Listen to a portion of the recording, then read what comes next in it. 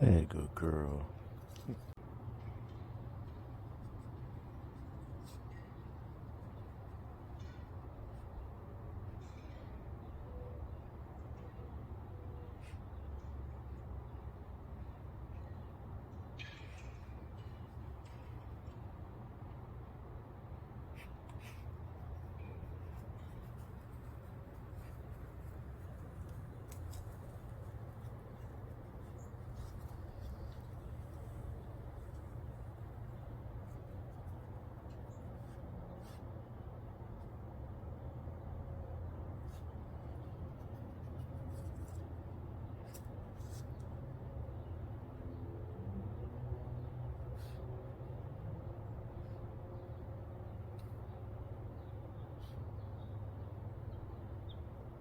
Hey, good girl.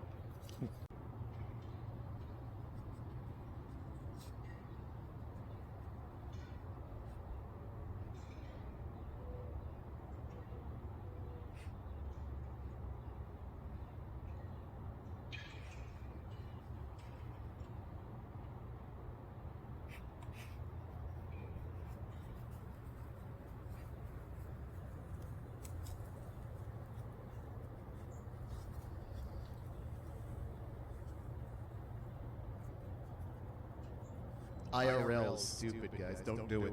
It's overrated. Hurry it up, all right? Wow, we got him. We got him. Oh, good job on the balloons, guys. It was just enough. That was just enough on the balloons. If we'd had one less balloon, we would not, any of those balloons, even the lower level ones, we needed every single one of those balloons. Oh, you can't even like see myself. Oh, I'm watching. That's because I'm watching.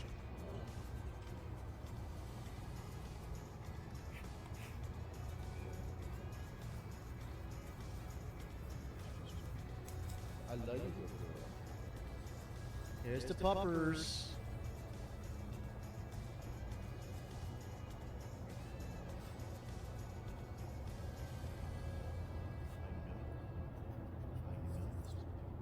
You're the best dog in the world. Yes, you are. Yes, you are. You're supposed to say hi. I know. Just to start Hey, moving. good girl. Could we win on these four busters with one left? I don't think we can. Oh, we still have a flyer up.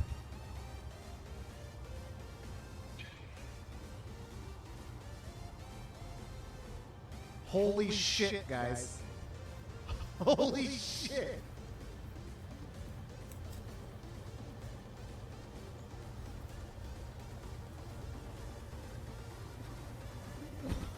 What the? What? What? Oh my god. Oh my god. What? Somebody clip that. Somebody clip that. Hey, good girl. What the French toast? If this warning stands, walk no further. If this warning stands, our ritual failed. If this warning stands, the sea thing gate remains sealed. Let's see if there's anything on the back. You know, and we read that, and then we're just gonna walk in. You know?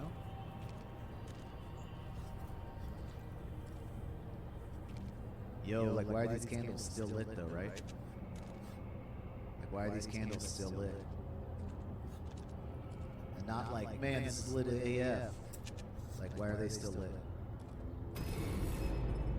Oh, sweet Jesus. Oh, sweet Jesus. Oh, shit! Oh shit! You can fall off the bridge in the middle. That's what you get. That's what I get. Oh! And then I just got socked off the side.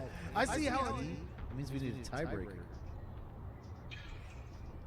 We need a tiebreaker, chat.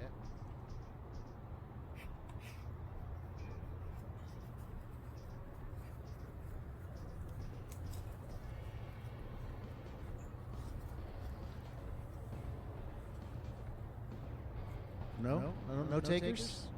You're gonna make me make a decision? How rude.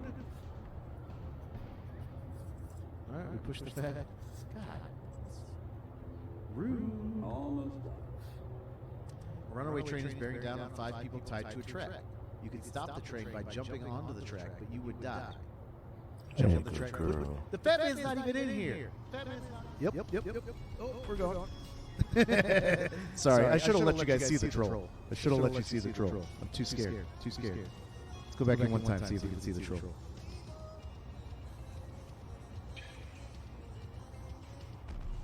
Oh, there he is. Shit. I died.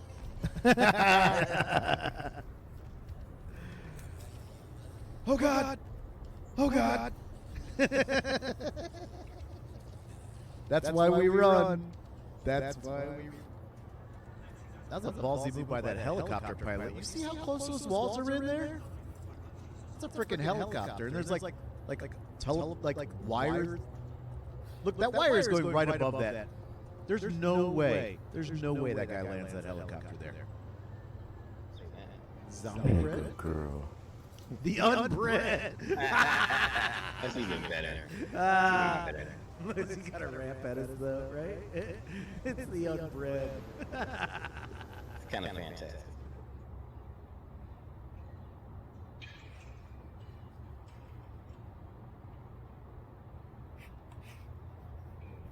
Oh, you didn't know? Your ass better call somebody!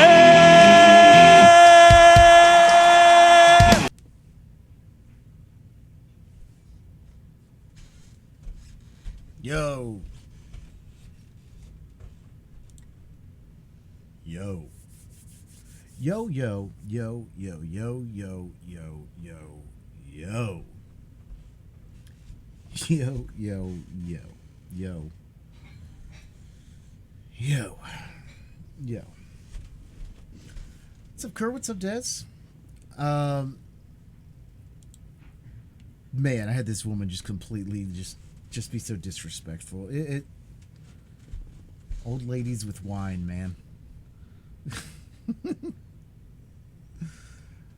Ma'am. This is a Wendy's. Either way. What's up, cats? So it's like I'm running trivia tonight. And this woman comes up, and it's an older place. Like, they're just typically old there. You know, the average age is like retirement. And it's cool because, you know, I just play classic music and they don't really, you know, they have a lot of fun. They really enjoy it. They're there. You know, I have bars and stuff that play trivia with me, and like, they drink with a side of trivia. These people trivia with a side of wine, but this lady hadn't been there in a while, but she's been there. And I'm playing Randy Travis, Forever and Ever Amen. What's up, Meta? And she comes up, she goes, hey, my friend wants to sing the rest of this on the mic. That's not a problem, is it? I said, no, that's not going to happen. And she's like, what? She doesn't have COVID. And in my head, I'm like, well, I hadn't even thought about that, but now I do. Now I am. You know? Hydrate. Get the cups up, everybody. Get the cups up. I've just been calling you cats. I hope that's okay. I hope that's okay. Let me know what you prefer to be called. And I was like, so I said, I said, no, you can't do that. And she's like, why not? And I'm like, I was like, well, I don't get paid extra to stay here and have you guys sing, you know, like cat or katsu. Okay. Cat or katsu. It's katsu. And left it at that, right? But in my head, like, I really have a problem. Like, people just seem to disrespect, like, the DJ booth. And I don't even have a booth, so to say. I'm set up on a table. You know, it's very informal. I bring the least amount of gig ever for trivia gigs. But it's my workspace, right? Like if you have a workspace, somebody like let's say you have a cubicle. I used to have a job with a cubicle. People come to your cubicle all the time, hand you stuff, talk to you, do things, but they don't sit at your desk. They don't touch your papers. They don't move your computer. They don't get on your computer, you know? I told this woman no, and she was like, seriously? And I was like, seriously, like, no. And as she left, 1 or 2 questions later, if you wanted to get paid to let people sing, you'd be a karaoke company. Right. And we used to do karaoke.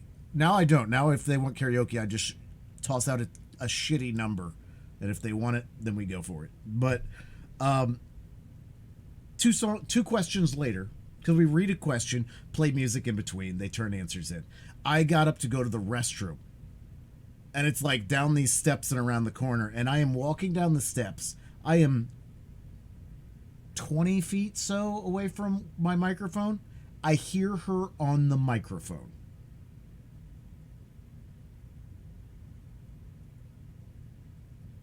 And I hear her friends cheer. Nobody else saw it, really heard it, or what was going on. She wasn't on the microphone very long.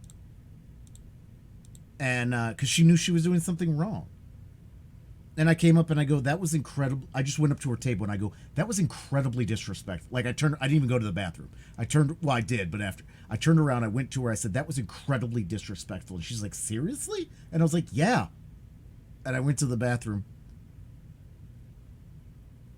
And so I came back up and I got on the mic and I said, you know, something just happened. And like, if it had just happened, you know, it could almost be completely forgivable too. But somebody just came up here and got on my microphone while I was out of the room.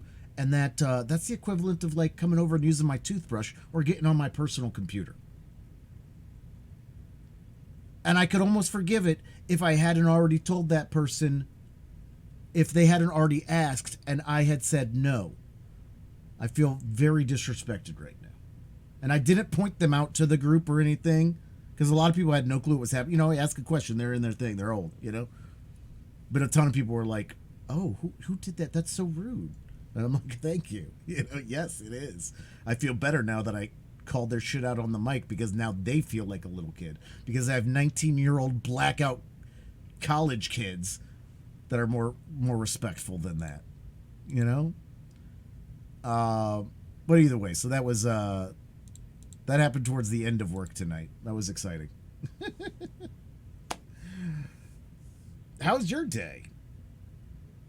We're going to be reading Wind in the Willows tonight. We're going to be starting with that, but let's this is probably not going to be a long read. I feel like this is probably a 3-day read, but it could be 4. But if it's a 4th one, it's probably going to be real short. So I'm just going to take it however we go. If I read fast, I read fast. If I read slow, I read slow. I haven't read this book before, and if I have, maybe I have. Maybe I did when I was like young. Day just starting. It's Wednesday, 3:31 a.m. Good morning, Katsu. It all goes up from here. Hot damn. Still tired because I can't sleep. Oh, man. Sorry to hear that. All right. So I apologize if I butcher your favorite book here. That's bedtime. Yeah. Maybe. Hasn't been lately. Lately, Meta 3:31 a.m. is, oh, shit, I should be in bed.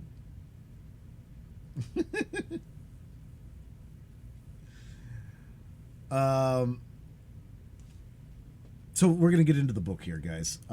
Let's go ahead and get this battle run and start a new battle. This is a boss battle. We're on boss number 1. I haven't placed on my viewer side. Are they? I know they're doing like double tokens and things like that. Are they doing double loyalty? I'm a grown 23, soon 24-year-old man. No, they're not doing double loyalty? Well, that's just rude. Not like it matters. I'm sure most of you had a couple hundred, if not 500, loyalty with me. There was a couple people that posted in the chat that they had 400 or 400 some. I think there's probably 5 or 6 people that have more than those two. Probably still won't count. If I want allowed to say my age. I don't really care. I think Twitch cares. I don't really care. As long as you're over 18. Because this is an 18 plus channel. I cuss too much. Play to play.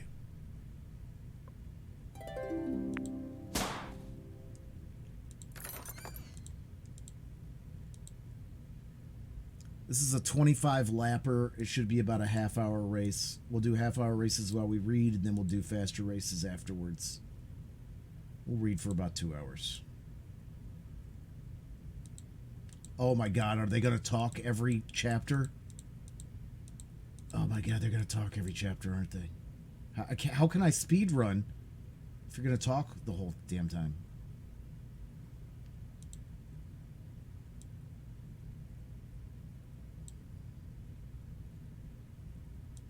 What balls, though? Meatballs, plant balls, normal balls. I mean, however, whatever kind of balls you would like to swallow, you know, like... I like meatballs and plant balls. I'm an omnivore. All right. Let's get into the reading, guys. If you guys want to play Jigsaw Puzzle Dreams, it's right here. It's free on Steam. You can download it. That's the code. Gets you in and you can puzzle. I'll be working on the puzzle after we get done reading. Or maybe not. Maybe I'll play some video games. I don't know. Thank you, Kerr. Most of the sound commands are off. And will stay off. So save your bits, save your subs if you want a sound. Because they will not go off during the reading.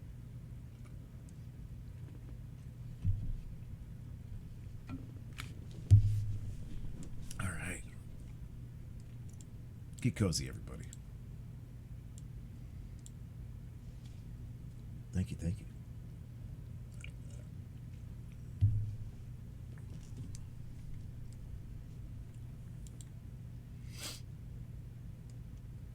The Wind in the Willows.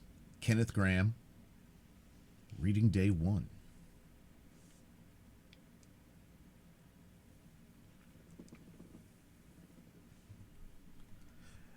Chapter 1. The Riverbank. The mole had been working very hard all the morning, spring cleaning his little home.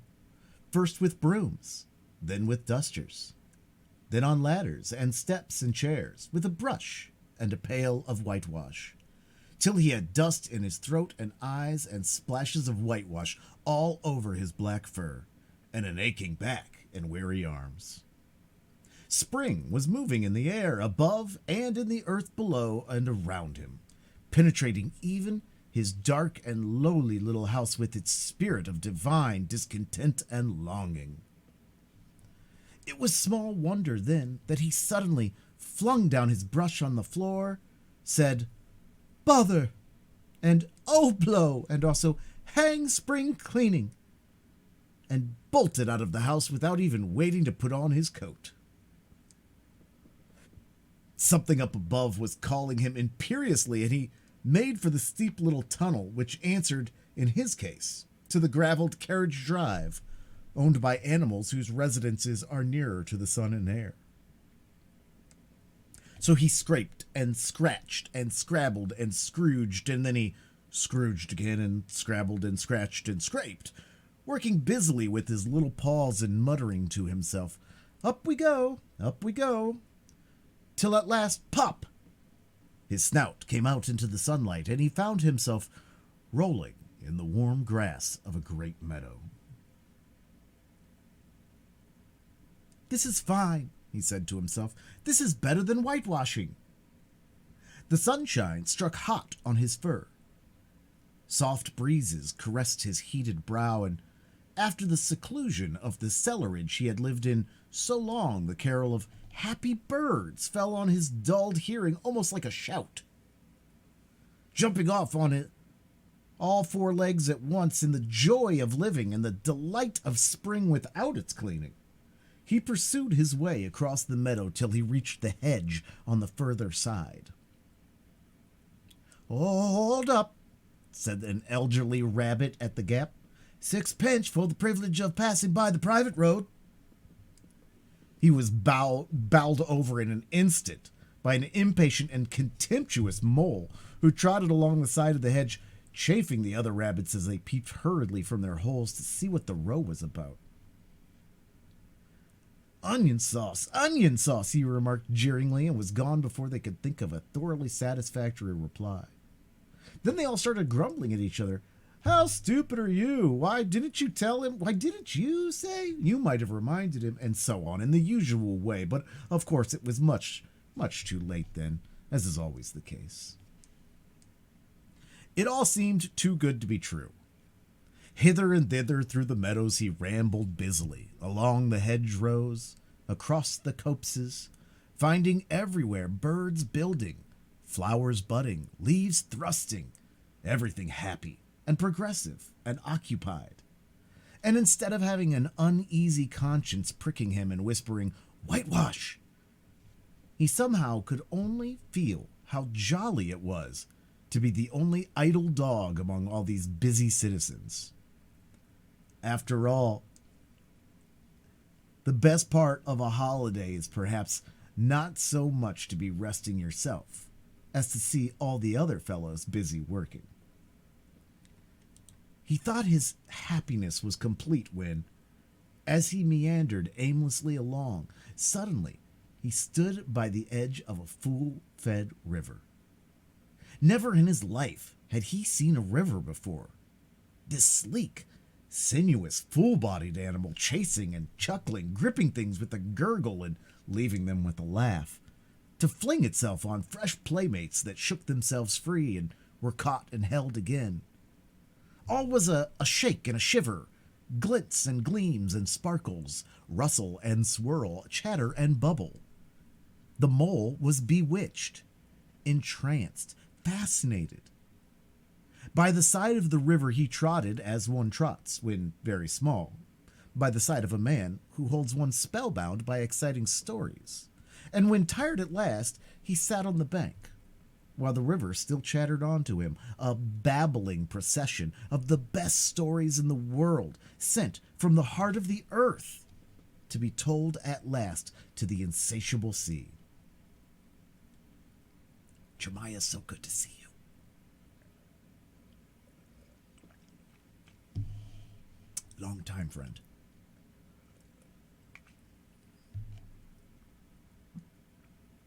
As he sat on the grass and looked across the river, a dark hole in the bank opposite, just above the water's edge, caught his eye, and dreamily he fell to considering what a nice, snug dwelling space it would make for an animal with few wants and fond of a bayou riverside residence, above flood level and remote from noise and dust.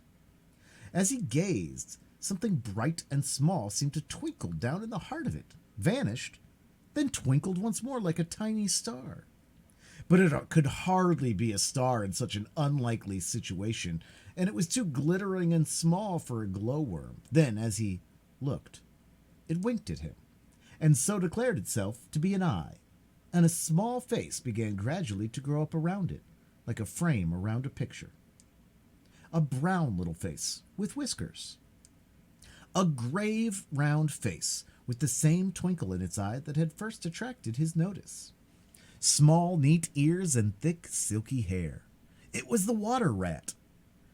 Then the two animals stood and regarded each other cautiously.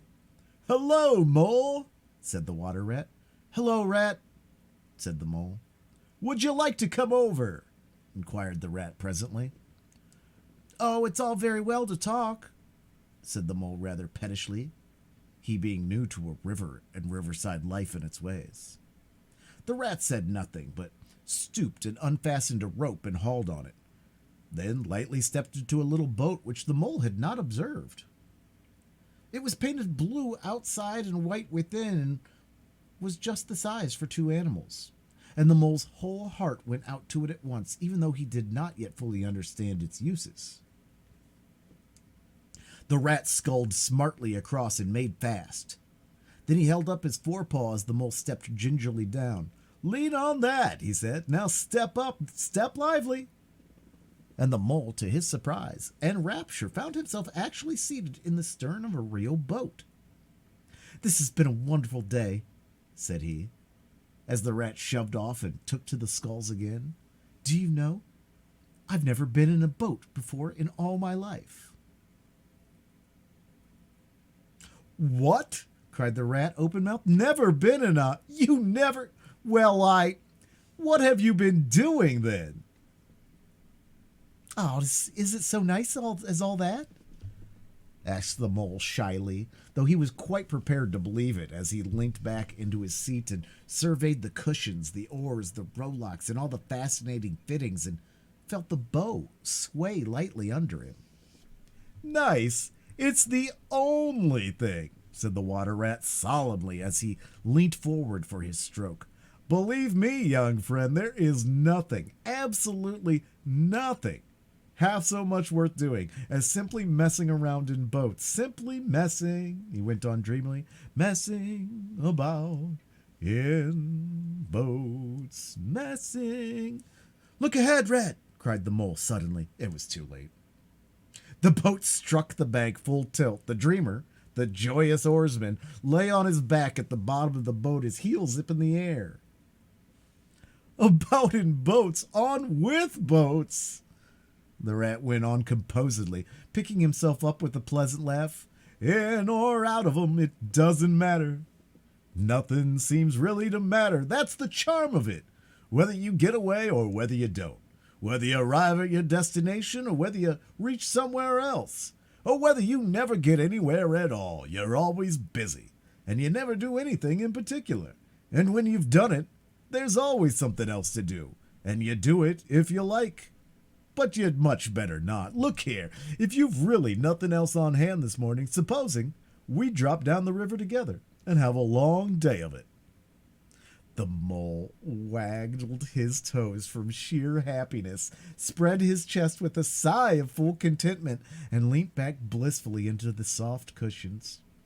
"What a day I'm having," he said. "Let us start at once." "Hold hard a minute, then," said the rat. He looped the painter through a ring in his landing stage, climbed up into his hole above, and after a short interval reappeared, staggering under a fat wicker luncheon basket.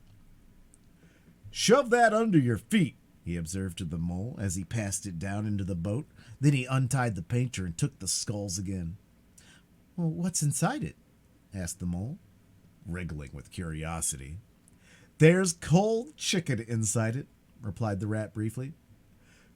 "Cold tongue, cold ham, cold beef, pickled gherkins, salad, French rolls, crust sandwich, spotted meat, ginger beer, lemonade, soda water." "Oh, stop, stop," cried the mole in ecstasies. "This is too much." "Do you really think so?" inquired the rat seriously.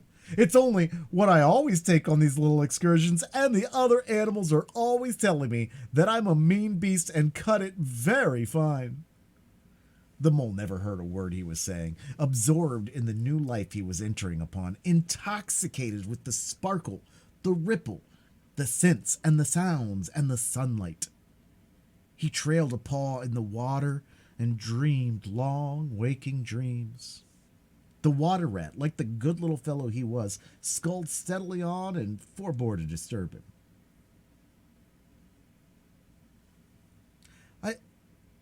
I like your clothes awfully, old chap," he remarked after some half an hour or so had passed. Oh, wait a minute, this is the rat. "I like your clothes awfully, old chap," he remarked after some half an hour or so had passed. "I'm going to get a black velvet smoking suit myself someday, as soon as I can afford it." I beg your pardon," said the mole, pulling himself together in an effort. You must think me very rude, but all this is so new to me. So this is a river? The river, corrected the rat. And you really live by the river. Oh, what a jolly life. By it and with it and on it and in it, said the rat. It's brother and sister to me, and aunts and company, and food and drink and, naturally, washing. It's my world, and I don't want any other. What it hasn't got is not worth having, and what it doesn't know is not worth knowing. Lord, the times we've had together, whether in winter or summer, spring or autumn, it's always got its fun and its excitements. When the floods are on in February and my cellars and basement are brimming with drink that's no good to me, and the brown water runs by my best bedroom window, or again when it all drops away and shows patches of mud that smells like plum cake, and the rushes and weed clog the channels, and I can potter about dry shod over most of the bed of it and find fresh food to eat, and things careless people would have dropped out of boats. But isn't it a bit dull at times? The mole ventured to ask. Just you and the river, and no one else to pass a word with? No one else to... Well, I must be hard on you, said the rat with forbearance. You're new to it, and of course you don't know. The bank is so crowded nowadays that many people are moving away altogether. Oh no, it isn't what it used to be at all. Otters, kingfishers, dab chicks, moorhens, all of them, about all day long, and always wanting you to do something, as if a fellow had no business of his own to attend to. What lies over there? Asked the mole, waving a paw towards a background of woodland that darkly framed the water meadows on one side of the river. That? Oh, that's just the wild wood, said the rat shortly. We don't go there very much. We river bankers. Aren't they very nice people in there? Said the mole a trifle nervously. Well, replied the rat, let me see. The squirrels are all right, and the rabbits, some of them. But rabbits are a mixed lot. And then there's Badger, of course. He lives right in the heart of it. Wouldn't live anywhere else either if you paid him to do it. Dear old Badger. Nobody interferes with him. Well, they'd better not, he added significantly. Why, who should interfere with him? Asked the mole. Well, of course, there are others, explained the rat in a hesitating sort of way. Weasels and stoats and foxes and so on. They're all right in a way. I'm very good friends with them. Pass the time of day when we meet and all that, but they break out sometimes, and there's no denying it. And then, well, you really can't trust them, and that's the fact.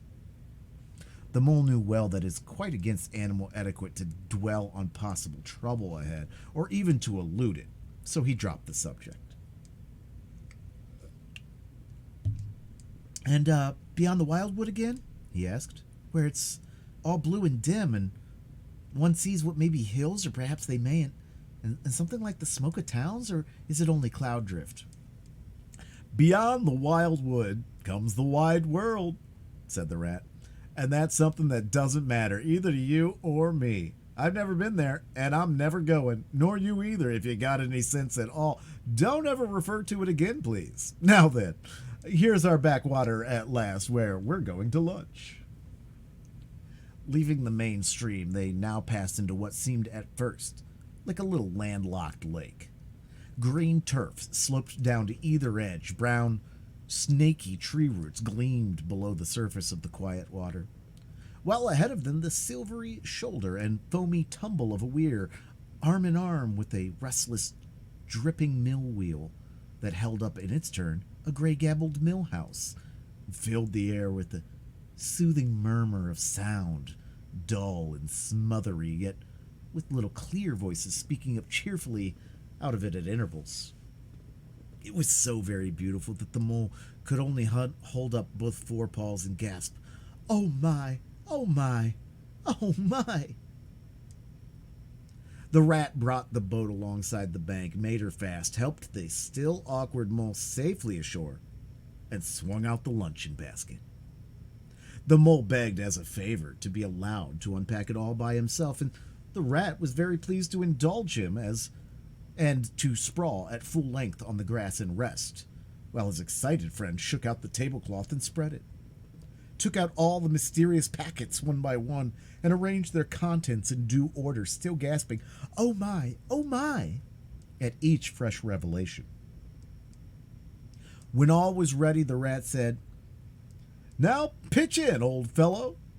And the mole was indeed very glad to obey, for he had started his spring cleaning at a very early hour that morning, as people will do, and had not paused for bite or sup, and he had been through a very great deal since that distant time, which now seemed so many days ago. "What are you looking at?" said the rat presently, when the edge of their hunger was somewhat dulled, and the mole's eyes were able to wander off the tablecloth a little. I'm looking," said the mole, "at a streak of bubbles that I see traveling along the surface of the water. That is the thing that strikes me as funny." "Bubbles? Ho ho!" said the rat, and chirruped cheerily in an inviting sort of way. A broad, glistening muzzle showed itself above the edge of the bank, and the otter hauled himself out and shook the water from his coat. "Greedy beggars," he observed, making for the provender. "Why didn't you invite me, Ratty?" "Oh, this was an impromptu affair," explained the rat. "By the way, my friend, Mr. Mole." "Proud, I'm sure," said the otter, and the two animals were friends forthwith. "Such a rumpus everywhere," continued the otter. "All the world seems out on the river today. I came up this backwater to try and get a moment's peace, and then stumble upon you fellows. At least, I beg pardon. I don't exactly mean that, you know." There was a rustle behind them, proceeding from a hedge wherein last year's leaves still clung thick, and a stripy head with high shoulders behind it peered forth on them. "Come on, old badger," shouted the rat. The badger trotted forward a pace or two and then grunted, "Company," and turned his back and disappeared from view. "That's just the sort of fellow he is," observed the disappointed rat. "Simply hates society. Now, we shan't see any more of him today. Well, tell us, who's out on the river?" "Toad's out for one," replied the otter, in his brand new wager boat. New togs, new everything. The two animals looked at each other and laughed. "Once it was nothing but sailing," said the rat. "Then he tired of that and took to punting. Nothing would please him but to punt all day and every day, and a nice mess he made of it. Last year it was houseboating, and we all had to go and stay with him in his houseboat and pretend we liked it. He was going to spend the rest of his life in a houseboat. It's all the same, whatever he takes up, he gets tired of it and starts on something fresh." "Such a good fellow, too," remarked the otter reflectively, "but no stability, especially in a boat." From where they sat, they could get a glimpse of the main stream across the island that separated them. And just then a wager boat flashed into view, the rower, a short, stout figure, splashing badly and rolling a good deal, but working his hardest. The rat stood up and hailed him, but Toad, for it was he, shook his head and settled sternly to his work.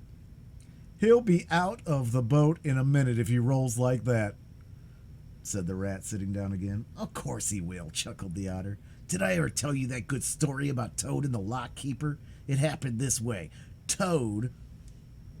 An errant mayfly swerved unsteadily athwart the current in the intoxicated fashion affected by young bloods of mayflies seeing life.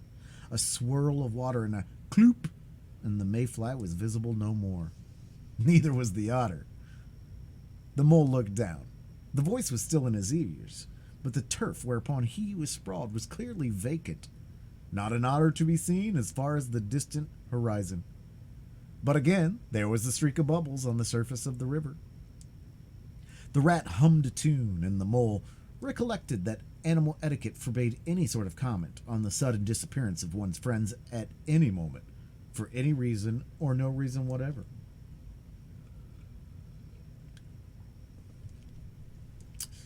"Well, well," said the rat, "I suppose we ought to be moving.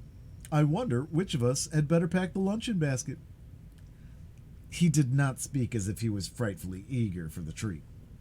Oh, please, let me, said the mole. So, of course, the rat let him. Packing the basket was not quite such pleasant work as unpacking the basket. It never is. But the mole was bent on enjoying everything, and although just when he had got the basket packed and strapped up tightly, he saw a plate staring at him from the grass, and when the job had been done again, the rat pointed out a fork, which anybody ought to have seen, and last of all, behold, the mustard pot, which he had been sitting on without knowing it. Still, somehow, the thing got finished at last, without much loss of temper.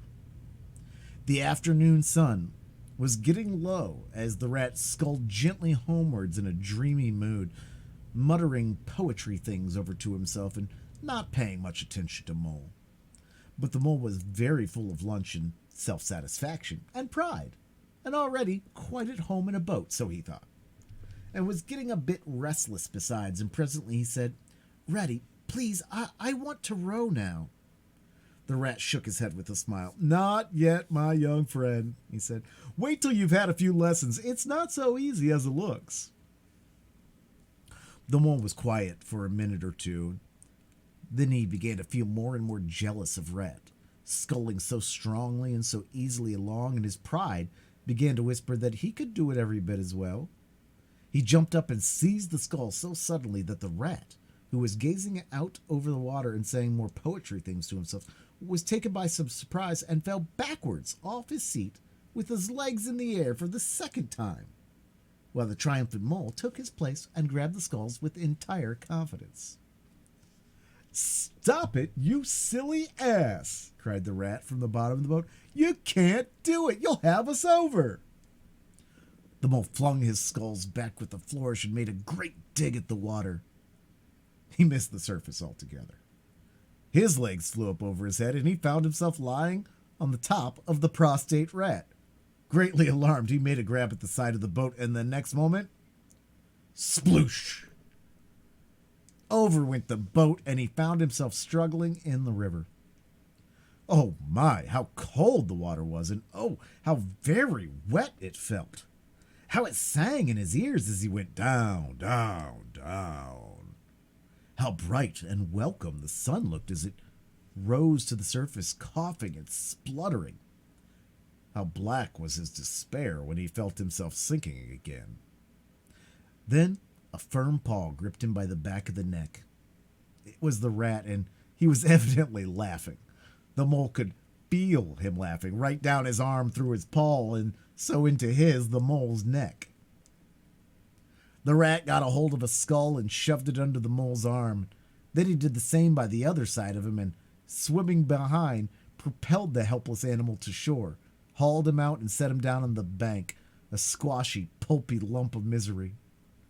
When the rat had rummed him down a bit and rugged some of the wet out of him, he said, Now then, old fellow, trot up and down the towering path as hard as you can till you're warm and dry again while I dive for the luncheon basket. So the dismal mole, wet without and ashamed within, trotted about till he was fairly dry, while the rat plunged into the water again, recovered the boat, righted her, and made her fast, fetched his floating property to shore by degrees, and finally dived successfully for the luncheon basket and struggled to land with it. When all was ready for a start once more, the mole, limp and dejected, took his seat in the stern of the boat, and as they set off, he said in a low voice broken with emotion, Ratty, my generous friend, I'm very sorry indeed for my foolish and ungrateful conduct. My heart quite fails me when I think how I might have lost that beautiful luncheon basket. Indeed, I have been a complete ass, and I know it. Will you overlook it this once and forgive me and let things go on as before?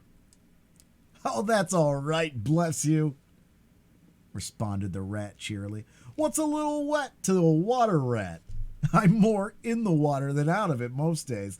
Don't you think any more about it. And look here, I really think you had better come and stop with me for a little time. It's very plain and rough, you know. Not like Toad's house at all.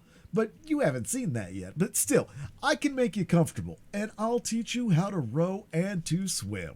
And you'll soon be as handy on the water as any of us. The mole was so touched by his kind manner of speaking that he could find no voice to answer him, and he had to brush away a tear or two with the back of his paw. But the rat kindly looked in another direction, and presently the mole's spirits revived again. He was even able to give some straight back talk to a couple of moorhens who were sniggering to each other about his bedraggled appearance. When they got home, the rat made a bright fire in the parlor and planted the mole in an armchair in front of it, having fetched down a dressing gown and slippers for him, and told him river stories till supper time. Very thrilling stories they were, too, to an earth-dwelling animal like mole. Stories about weirs and sudden floods and leaping pike and steamers that flung hard bottles. At least bottles were certainly flung and from steamers, so presumably by them. And about herons and how particular they were whom they spoke to, and about adventures down drains and night fishings with otter or excursions far afield with badger.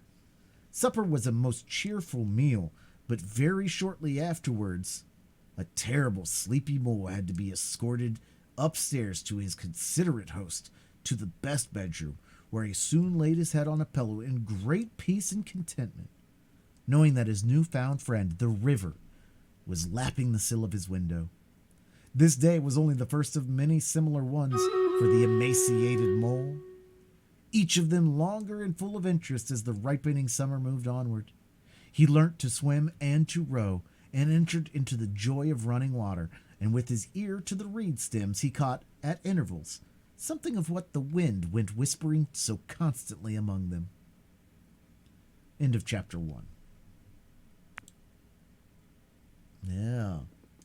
Let's go, Kerr.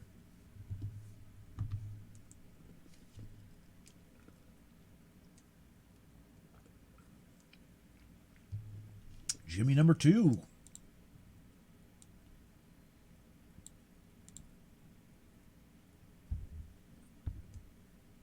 Yeah, GG's. Second Jimmy on the season.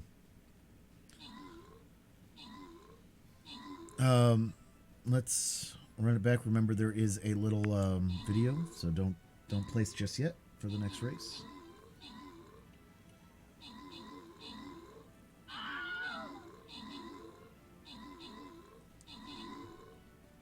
And there you go.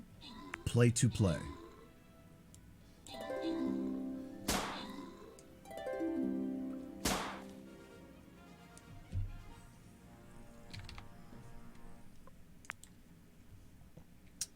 Get him in, get him on, get him on, get him in.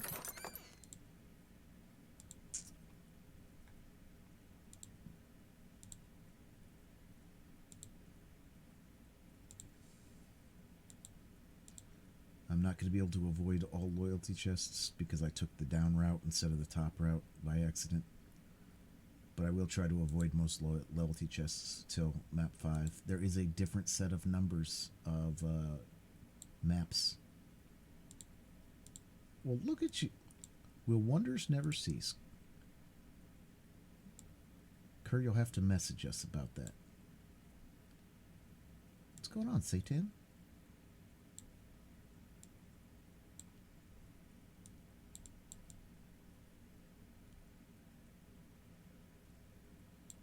That sounds good. Sounds good. All right. Next battle, next race. GG's. I think Romana redeemed that too and still hasn't gotten back to me exactly what she wants. I know she's been busier lately though.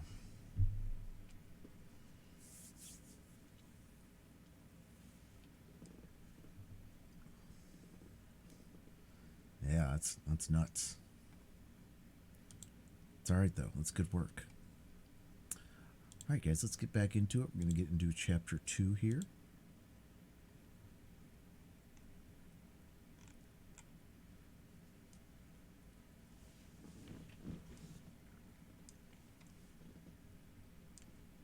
A walking boot? Satan, I hope you are okay. You have reading and gummy bears. Gummy bears.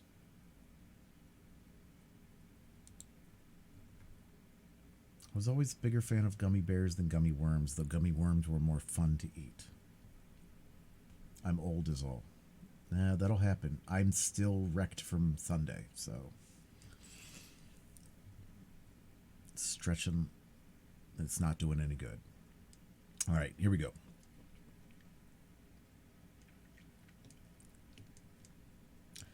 Chapter 2, The Open Road. Ready, said the mole suddenly, one bright summer morning. If you please, I want to ask you a favor. The rat was sitting on the riverbank singing a little song. He had just composed it himself, so he was very taken up with it, and would not pay proper attention to Mole or anything else. Since early morning he had been swimming in the river, in company with his friends, the ducks. And when the ducks stood on their heads suddenly, as ducks will, he would dive down and tickle their necks, just under their chins would be, where the chins would be if ducks had chins, till they were forced to come to the surface again in a hurry, sputtering and angry and shaking their feathers at him, for it's impossible to say quite all you feel when your head is under water. At last they implored him to go away and attend his own affairs and leave them to mind theirs, so the rat went away, sat on the river banks in the sun, and made up a song about them, which he called Duck's Ditty.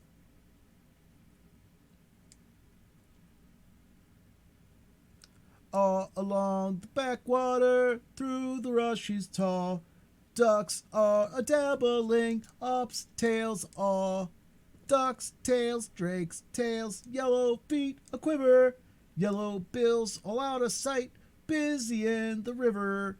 Slushy green undergrowth where the roach swim. Here we keep our larder, cool and full and dim. Everyone for what he likes. We like to be heads down, tails up, dabbling free. High in the blue above swift swirls and call. We are a-dabbling up, tails all. I don't know that I think so very much of that little song, Rat, observed the mole cautiously. He was no poet himself and didn't care who knew it, and he had a candid nature. Nor don't the ducks, neither, replied the rat cheerfully. They say, why can't fellows be allowed to do what they like when they like and as they like, instead of other fellows sitting on banks and watching them all the time and making remarks and poetry and things about them? What nonsense it all is. That's what the ducks say. Oh, so it is, said the mole with great heartiness. No, it isn't, cried the rat indignantly. Well, then, it isn't, replied the mole soothingly. But what I wanted to ask you was, won't you take me to call on Mr. Toad? I've heard so much about him, and I do so want to make his acquaintance. Why, certainly, said the good-natured rat, jumping up to his feet and dismissing poetry from his mind for the day. Get the boat out, and we will paddle up there at once. It's never the wrong time to call on Toad, early or late. He's always the same fellow. Always good-tempered, always good to see you, always sorry when you go. He must be a very nice animal, observed the mole as he got into the boat and took the sculls while the rat settled himself comfortably in the stern. He is indeed the best of animals, replied Rat. So simple, so good-natured, and so affectionate. Perhaps he's not very clever, we can't all be geniuses, and it may be that he's both boastful and conceited, but he's got some great qualities, he has, Toady. Rounding a bend in the river, they came in sight of a handsome, dignified old house of mellowed red brick, with well-kept lawns reaching down to the water's edge. There's Toad Hall, said the rat, and that creek left on the house where the notice board says private, no landing allowed, leads to his boathouse, where we'll leave the boat. The stables are over there to the right. That's the banqueting hall you're looking at now. Very old, that is. Toad is rather rich, you know, and this is really one of the nicest houses in these parts, though we never admit as much to Toad. They glided up the creek, and the mole shipped his sculls as they passed into the shallow of a large boathouse. Here they saw many handsome boats slung from the crossbeams or hauled up on a slip, but none in the water, and the place had an unused and deserted air. The rat looked around him. "I understand," said he. "Boating is played out. He's tired of it and done with it. I wonder what new fad he's taken up now. Come along, let's look him up. We shall hear all about it quite soon enough." They disembarked and strolled across the gay flower-decked lawns in search of Toad, whom they presently happened upon resting in a wicker garden chair, and with a preoccupied expression of face, and a large map spread out on his knees. "Hooray!" he cried, jumping up on seeing him. "This is splendid." He shook the paws of both of them warmly, never waiting for an introduction to the mole. "How kind of you," he went on, dancing around. "I was just going to send a boat down the river for you, Ratty, with strict orders that you were to be fetched up here at once, whatever you were doing. I want you badly, both of you. Now, what will you take? Come inside and have something. You don't know how lucky it is you turning up just now." "Let's sit quiet a bit, Toady," said the rat, throwing himself into an easy chair, while the mole took another by the side of him and made some civil remark about Toad's delightful residence. "Finest old house on the whole river," cried Toad boisterously, "or anywhere else for that matter," he could not help adding. Here the rat nudged the mole. Unfortunately, the toad saw him doing it and turned very red.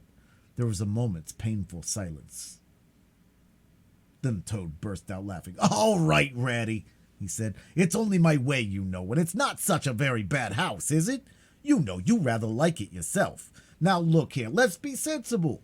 You're the very animals I wanted. You've got to help me. It's most important." "It's about your rowing, I suppose," said the rat with an innocent air. "You're getting on very well, though you splash a good bit still. With a great deal of patience and any quantity of coaching you may—" "Oh, pooh, boating," interrupted the toad in great disgust. "Silly boyish amusement. I've given up that long ago. Sheer waste of time, that's what it is. Makes me downright sorry to see you fellows, who ought to know better, spending all your energies in that aimless manner. No, I discovered the real thing, the only genuine occupation for a lifetime. I propose to devote the remainder of mine to it, and you can only regret the wasted years that lie behind me, squandered in trivialities.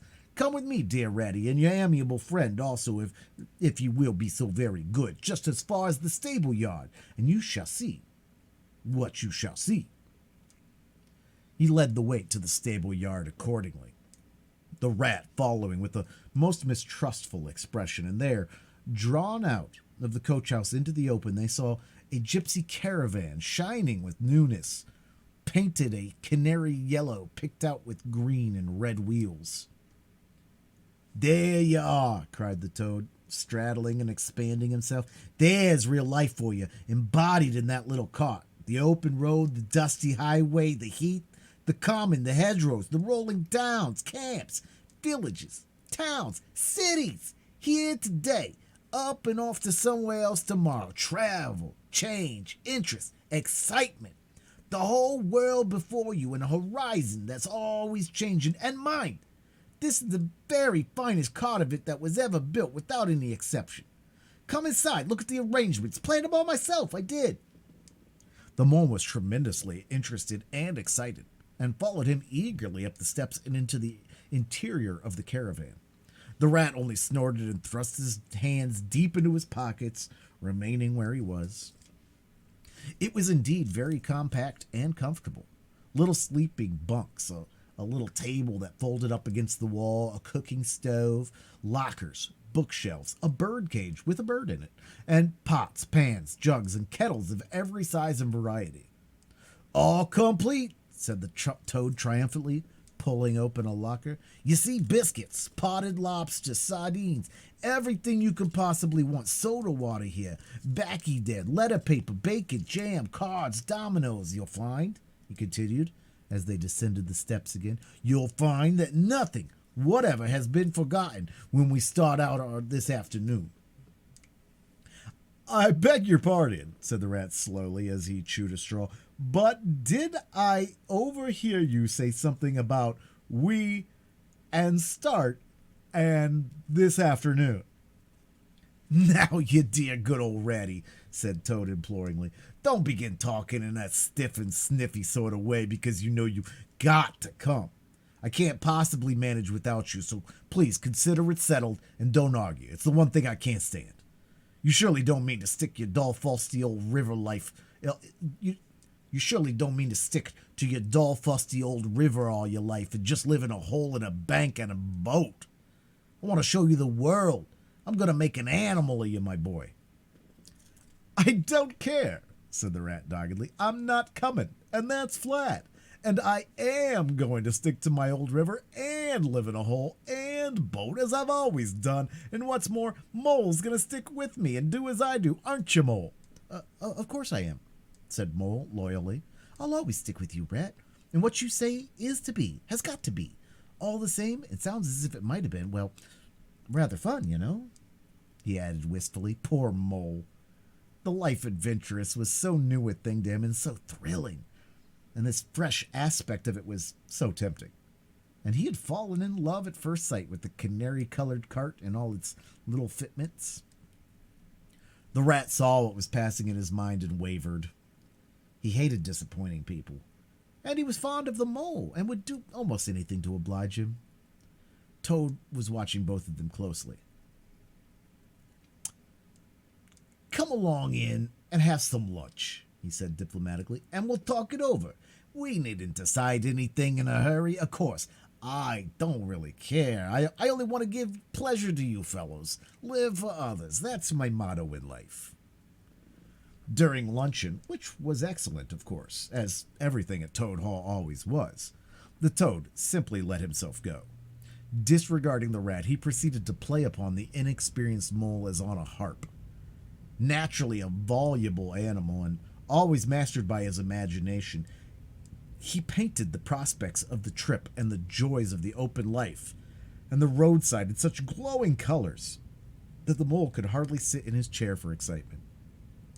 Somehow, it soon seemed taken for granted by all three of them that the trip was a settled thing, and the rat, though still unconvinced in his mind, allowed his good nature to override his personal objections. He could not bear to disappoint his two friends who were already deep in schemes and anticipations, planning out each day's separate occupation for several weeks ahead. When they were quite ready, the now triumphant Toad led his companions to the paddock and set them to capture the old gray horse who, without having been consulted, and to his own extreme annoyance, had been told off by Toad for the dustiest job in his dusty expedition. He frankly preferred the paddock and took a great deal of catching. Meantime, Toad packed the locker still tighter with necessities and hung nosebags, nests of onions, bundles of hay, and baskets from the bottom of the cart. At last the horse was caught and harnessed, and they set off, all talking at once, each animal either trudging by the side of a cart or sitting on the shaft, as the humor took him. It was a golden afternoon. The smell of the dust they kicked up was rich and satisfying. Out of thick orchards on either side the road, birds called and whistled to them cheerily. Good-natured wayfarers passing them gave them good day, or stopped to say nice things about their beautiful cart, and rabbits, sitting at their doors in the hedgerows, held up their forepaws and said, "Oh my, oh my, oh my." Late in the afternoon, tired and happy and miles from home, they grew up on a remote common far from habitations, turned the horse loose to graze, and ate their simple supper, sitting on the grass by the side of the cart. Toad talked big about all he was going to do in the days to come, while stars grew fuller and larger all around them, and a yellow moon, appearing suddenly and silently from nowhere in particular, came to keep them company and listen to their talk. At last they turned into their little bunks in the cart, and Toad, kicking out his legs sleepily, said, "Well, good night, you fellows. This is the real life for a gentleman. talk about your old river." "I don't talk about my river," replied the patient rat. "You know I don't, Toad. But I think about it," he added pathetically in a lower tone. "I think about it all the time." The mole reached out from under his blanket, felt for the rat's paw in the darkness, and gave it a squeeze. "I'll do whatever you like, Ratty," he whispered. "Shall we run away tomorrow, quite early, very early, and go back to our dear old hole on the river?" No, we'll see it out," whispered back the rat. "Thanks awfully, but I ought to stick by Toad till this trip is ended. It wouldn't be safe for him to be left to himself. It won't take very long. His fads never do. Good night." The end was indeed nearer than even the rat suspected. After so much open air and excitement, the toad slept very soundly, and no amount of shaking could rouse him out of the bed the next morning. So the mole and rat turned to, quietly and manfully, and while the rat saw to the horse and lit a fire, and cleaned last night's cups and platters, and got things ready for breakfast, the mole trudged off to the nearest village, a long way off, for milk and eggs and various necessities the toad had, of course, forgotten to provide. The hard work had all been done, and the two animals were resting, thoroughly exhausted, by the time Toad appeared on the scene fresh and gay, remarking what a pleasant, easy life it was they were all leading now after the cares and worries and fatiguing of housekeeping at home. They had a pleasant ramble that day over grassy downs and along narrow bylanes, and camped, as before, on a common, only this time the two guests took care what Toad should do his fair share of work. In consequence, when the time came for starting next morning, Toad was by no means so rapturous about the simplicity of a primitive life, and indeed attempted to resume his place in the bunk whence he was hauled by force. Their way lay, as before, across country by narrow lines, and it was not till the afternoon that they came out of the high road, their first high road, and there disaster, fleet and unforeseen, sprang out at them. Disastrous, momentous indeed to their expedition, but simply overwhelming in its effect on the after career of Toad. They were strolling along the high road easily, the mole by the horse's head, talking to him, since the horse had complained that he was being frightfully left out of it, and nobody considered him in the least. The toad and the water rat walking behind the cart, talking together. At least Toad was talking, while Rat was saying at intervals, "Yes, precisely. And what did you say to him?" and thinking all the time of something very different, when far behind them they heard a faint warning hum, like the drone of a distant bee. Glancing back, they saw a small cloud of dust with a dark center of energy advancing on them at incredible speed, while from out of the dust a faint poop poop wailed like an uneasy animal in pain. Hardly regarding it, they turned to resume their conversation when in an instant, as it seemed, the peaceful scene was changed, and with a blast of wind and a whirl of sound that made them jump for the nearest ditch, it was on them. The poop poop rang with a brazen shout in their ears. They had a moment's glimpse of an interior of glittering plate glass and rich morocco, and the magnificent motor car, immense, breath-snatching, passionate, with its pilot tense and hugging his wheel, possessed all earth and air for the fraction of a second, flung an enveloping cloud of dust that blinded and enwrapped them utterly, and then dwindled to a speck in the far distance, changed back into a droning bee once more. The old gray horse, dreaming as he plodded along of his quiet paddock in a new raw situation such as this, simply abandoned himself to his natural emotions, rearing, plunging, backing steadily in spite of all the mole's efforts at his heads and all the mole's lively language directed at his better feelings. He drove the cart backward towards the deep ditch at the side of the road. It wavered an instant. Then there was a heart-rending crash in the canary-colored cart. Their pride and joy lay on its side in the ditch, an irredeemable wreck. The rat danced up and down in the road, simply transported with passion. "You villains!" he shouted, shaking both fists. "You scoundrels! You highwaymen! You You road hogs! I'll have the law of you! I'll report you! I'll take you all through the courts!" His homesickness had quite slipped away from him, and for the moment he was the skipper of the canary-colored vessel driven on a shoal by the reckless jockeying of rival mariners, and he was trying to recollect all the fine and biting things he used to say to masters of steam launches when their wash, as they drove too near the bank, used to flood his parlor carpet at home. Toad sat straight down in the middle of the dusty road, his legs stretched out before him, and stared fixedly in the direction of the disappearing motor car. He breathed short. His face wore a placid, satisfied expression, and at intervals he faintly murmured, "Poop poop." The mole was busy trying to quiet the horse, which he succeeded in doing after a time. Then he went to look at the cart, on its side in the ditch. It was indeed a sorry sight. Panels and windows smashed, axles hopelessly bent, one wheel off, sardine tins scattered over the wide world, and the bird in the birdcage sobbing pitifully and calling to be let out. The rat came to help him, but their united efforts were not sufficient to right the cart. "Hi, Toad," they cried. "Come and bear a hand, can't you?" Toad never answered a word or budged from his seat in the road, so they went on to see what the matter was with him. They found him in a sort of trance, a happy smile on his face, his eyes still fixed on the dusty wake of their destroyer. At intervals he was still heard to murmur, "Poop poop." The rat shook him by the shoulder. "Are you coming to help us, Toad?" he demanded sternly. "Glorious, stirring sight," murmured Toad, never offering to move. "The poetry of motion, the real way to travel, the only way to travel. Here today, and next week tomorrow. Villages skipped, towns and cities jumped. Always somebody else's horizon. Oh, bliss! Oh, poop poop!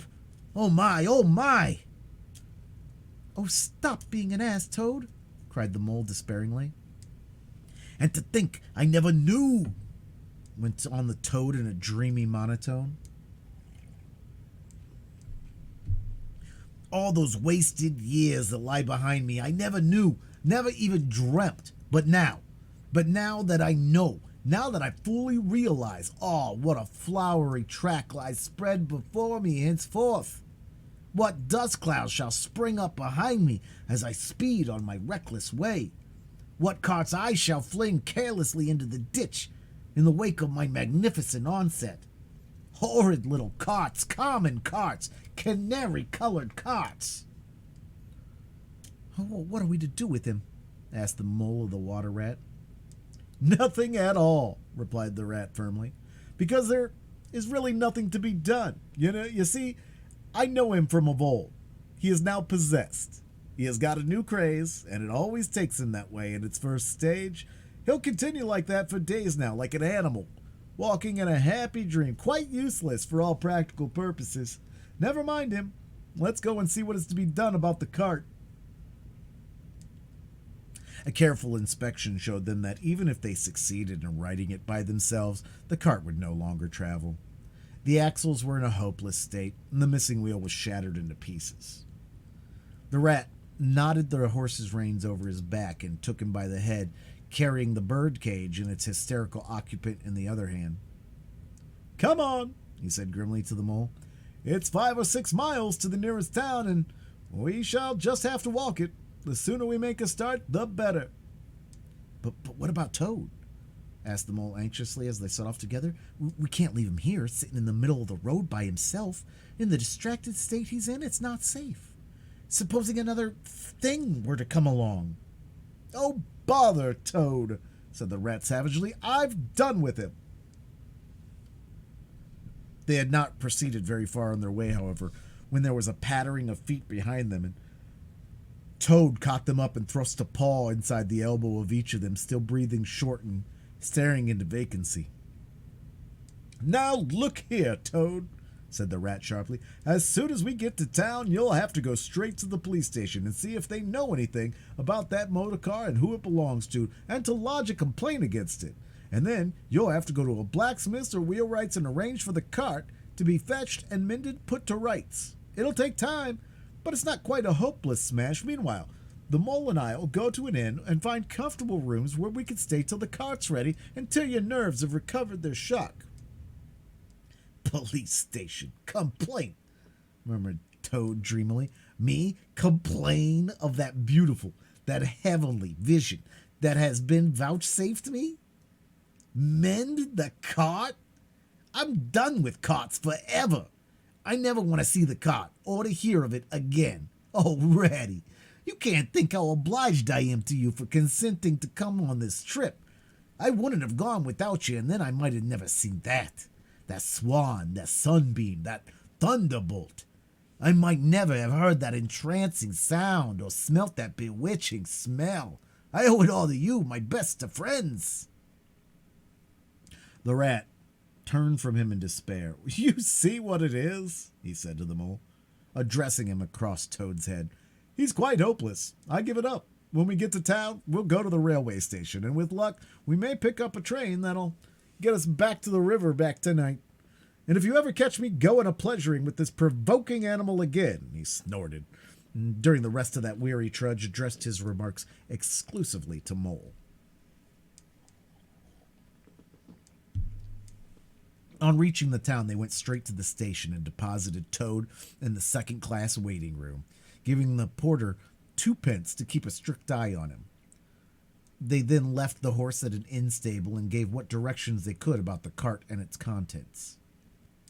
Eventually, a slow train having landed them at a station not very far from Toad Hall, they escorted the spellbound, sleepwalking Toad to his door, put him inside it, and instructed his housekeeper to feed him, undress him, and put him to bed. Then they got out their boat from the boathouse, sculled down the river home, and at a very late hour sat down to supper in their own cozy riverside parlor, to the rat's great joy and contentment. The following evening, the mole, who had risen late and taken things very easy all day, was sitting on the bank fishing when the rat, who had been looking up his friends and gossiping, came strolling along to find him.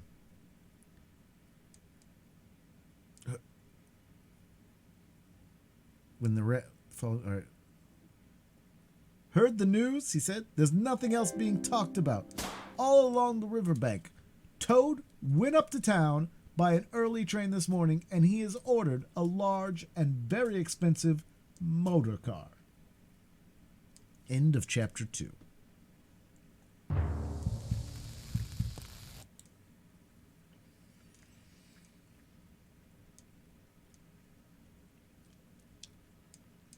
Welcome in, Maiko. Points.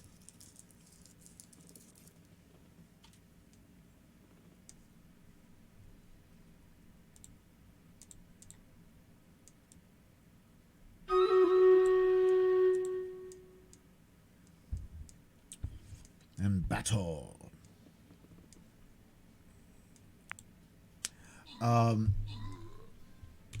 Into chapter 2 here. Easy Toad is just caught by whimsies. He now just bought himself a motor car.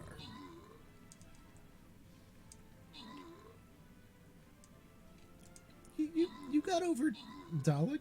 You got more points than Dalek. You're good.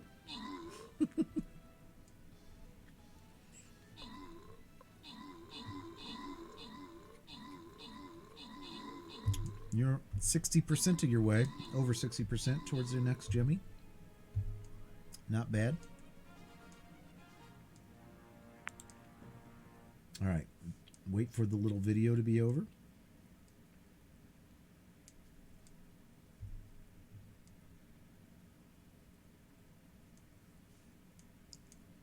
Play to play.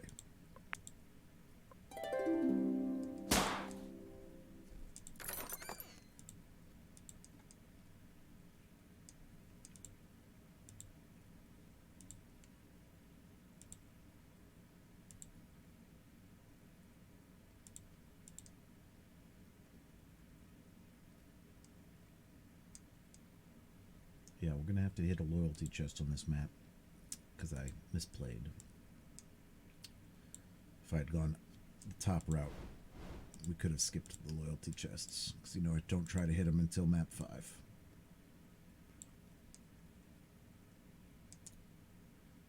This isn't it, but we'll get there soon.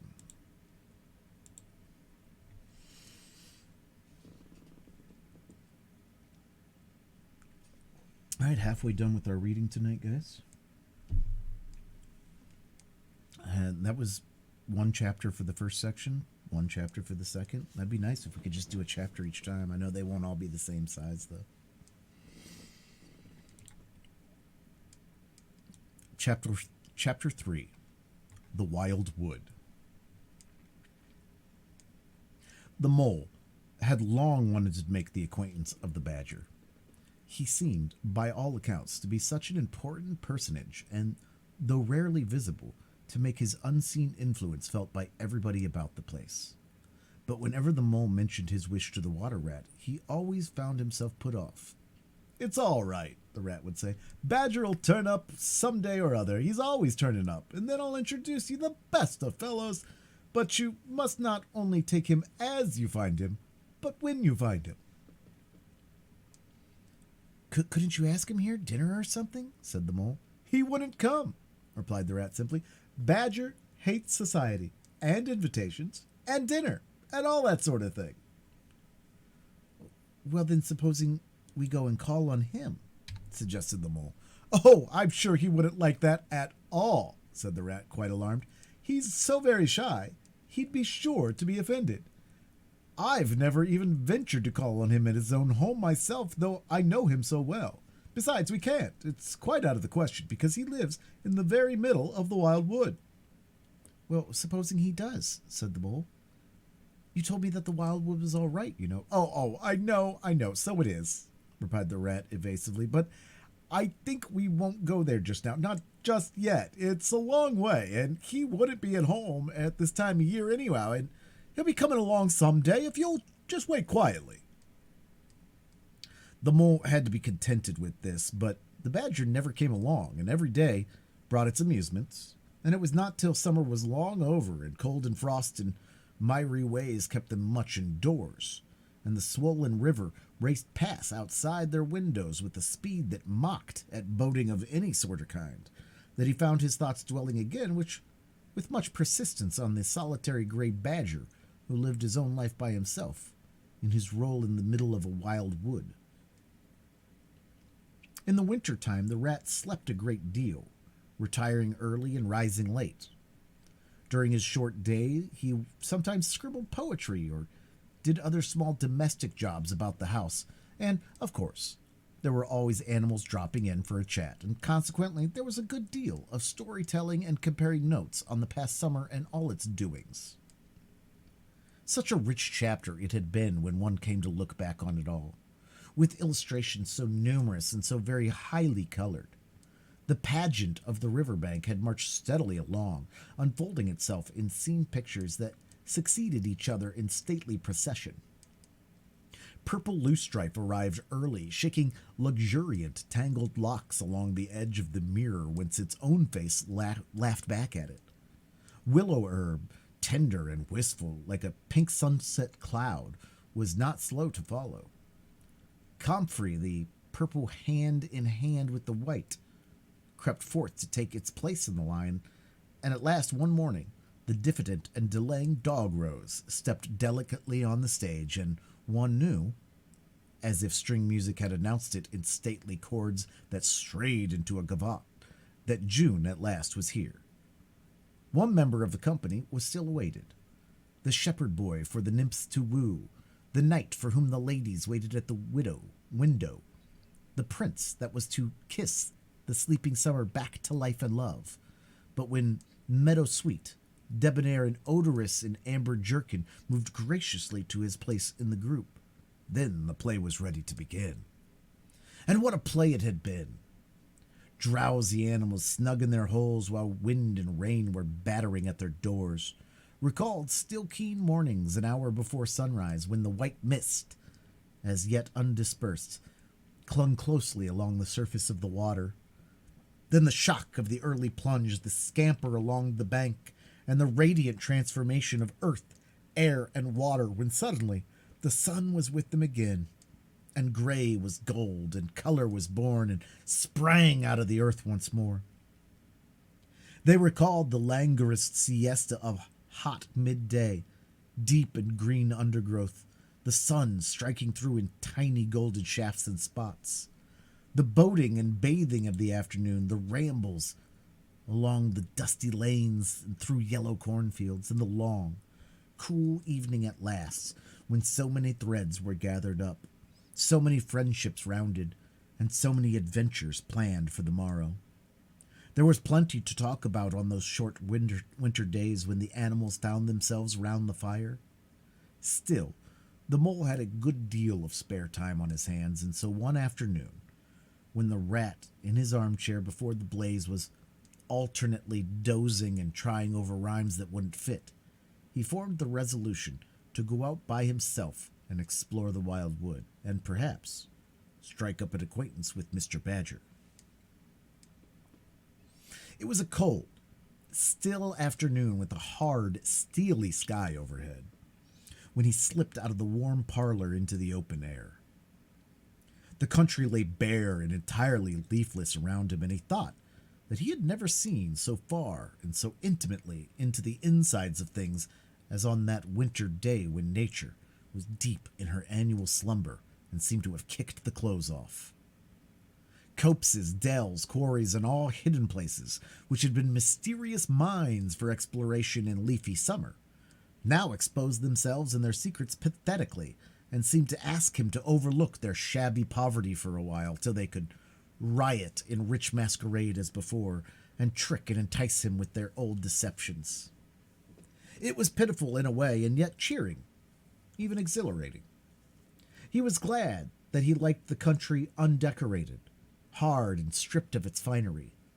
He had got down to the bare bones of it, and they were fine and strong and simple. He did not want the warm clover and the play of seeding grasses, the screens of quickset, the billowy drapery of beech and elm seemed best away. And with great cheerfulness of spirit he pushed on towards the wild wood, which lay before him low and threatening, like a black reef in some still southern sea. There was nothing to alarm him at first entry. Twigs crackled under his feet, logs tripped him, funguses on stumps resembled caricatures, and startled him for the moment by their likeness to something familiar and far away, but that was all fun and exciting. It led him on, and he penetrated to where the light was less, and the trees crouched nearer and nearer, and holes made ugly mouths at him on either side. Everything was very still now. The dusk advanced on him steadily, rapidly, gathering in behind him before, and the light seemed to be draining away like flood water. Then the faces began. It was over his shoulder, and indistinctly, that he first thought he saw a face, a little, evil, wedge-shaped face, looking out at him from a hole. When he turned and confronted it, the thing had vanished. He quickened his pace, telling himself cheerfully not to begin imagining things, or there would simply be no end to it. He passed another hole and another, and then, yes, certainly, a little, narrow face with hard eyes had flashed up for an instant from a hole and was gone. He hesitated, braced himself up for an effort, and strode on. Then suddenly, as if it had been so all the time, every hole, far and near, and there were hundreds of them, seemed to possess its face, coming and going rapidly, all fixing on him glances of malice and hatred, all hard-eyed and evil and sharp. If he could only get away from the holes in the banks, he thought, there would be no more faces. He swung off the path and plunged into the untrodden places of the wood. Then the whistling began. Very faint and shrill it was, and far behind him when he first heard it. But somehow it made him hurry forward. Then still very faint and shrill, it sounded far ahead of him, and made him hesitate and want to go back. As he halted in indecision, it broke out on either side, and seemed to be caught up and passed on throughout the whole length of the wood to its farthest limit. They were up and alert and ready, evidently, whoever they were. And he was alone and unarmed and far from any help, and the night was closing in. Then the pattering began. He thought it was only falling leaves at first, so delicate and slight was the sound of it. Then as it grew, it took a regular rhythm, and he knew it for nothing else but the pat, pat, pat of little feet still a long way off. Was it in front or behind? It seemed to be first one, then the other, then both. It grew and it multiplied till from every quarter as he listened anxiously, leaning this way and that, it seemed to be closing in on him. As he stood still to hearken, a rabbit came running hard towards him through the trees. He waited, expecting it to slacken pace or to swerve from him in a different course. Instead, the animal almost brushed him as it dashed past, his face set hard, his eyes staring. "Get out of this, you fool, get out!" The mole heard him mutter as he swung around a stump and disappeared down a friendly burrow. The pattering increased till it sounded like sudden hail on a dry leaf carpet spread around him. The whole wood seemed running now, running hard, hunting, chasing, closing in round something or somebody. In panic, he began to run too, aimlessly, he knew not whither. He ran up against things, he fell over things and into things. He darted under things and dodged round things. At last, he took refuge in the deep, dark hollow of an old beech tree, which offered shelter, concealment, perhaps even safety, but who could tell? Anyhow, he was too tired to run any further, and could only snuggle down into the dry leaves which had drifted into the hollow and hope he was safe for a time. And as he lay there panting and trembling, and listened to the whistlings and the patterings outside, he knew it at last in all its fullness. That dread thing which other little dwellers in field and hedgerow had encountered here and known as their darkest moment. That thing which Rat had vainly tried to shield him from. The terror of the wild wood. Meanwhile, the Rat, warm and comfortable, dozed by his fireside. His paper of half-finished verses slipped from his knee, his head fell back, his mouth opened, and he wandered by the verdant banks of dream rivers. Then a coal slipped, and the fire crackled and sent up a spurt of flame, and he woke with a start. Remembering what he had been gauged upon, he reached down to the floor for his verses, pored over them for a minute, and then looked around for the mole to ask him if he knew a good rhyme for something or other. But the mole was not there. He listened for a time. The house seemed very quiet.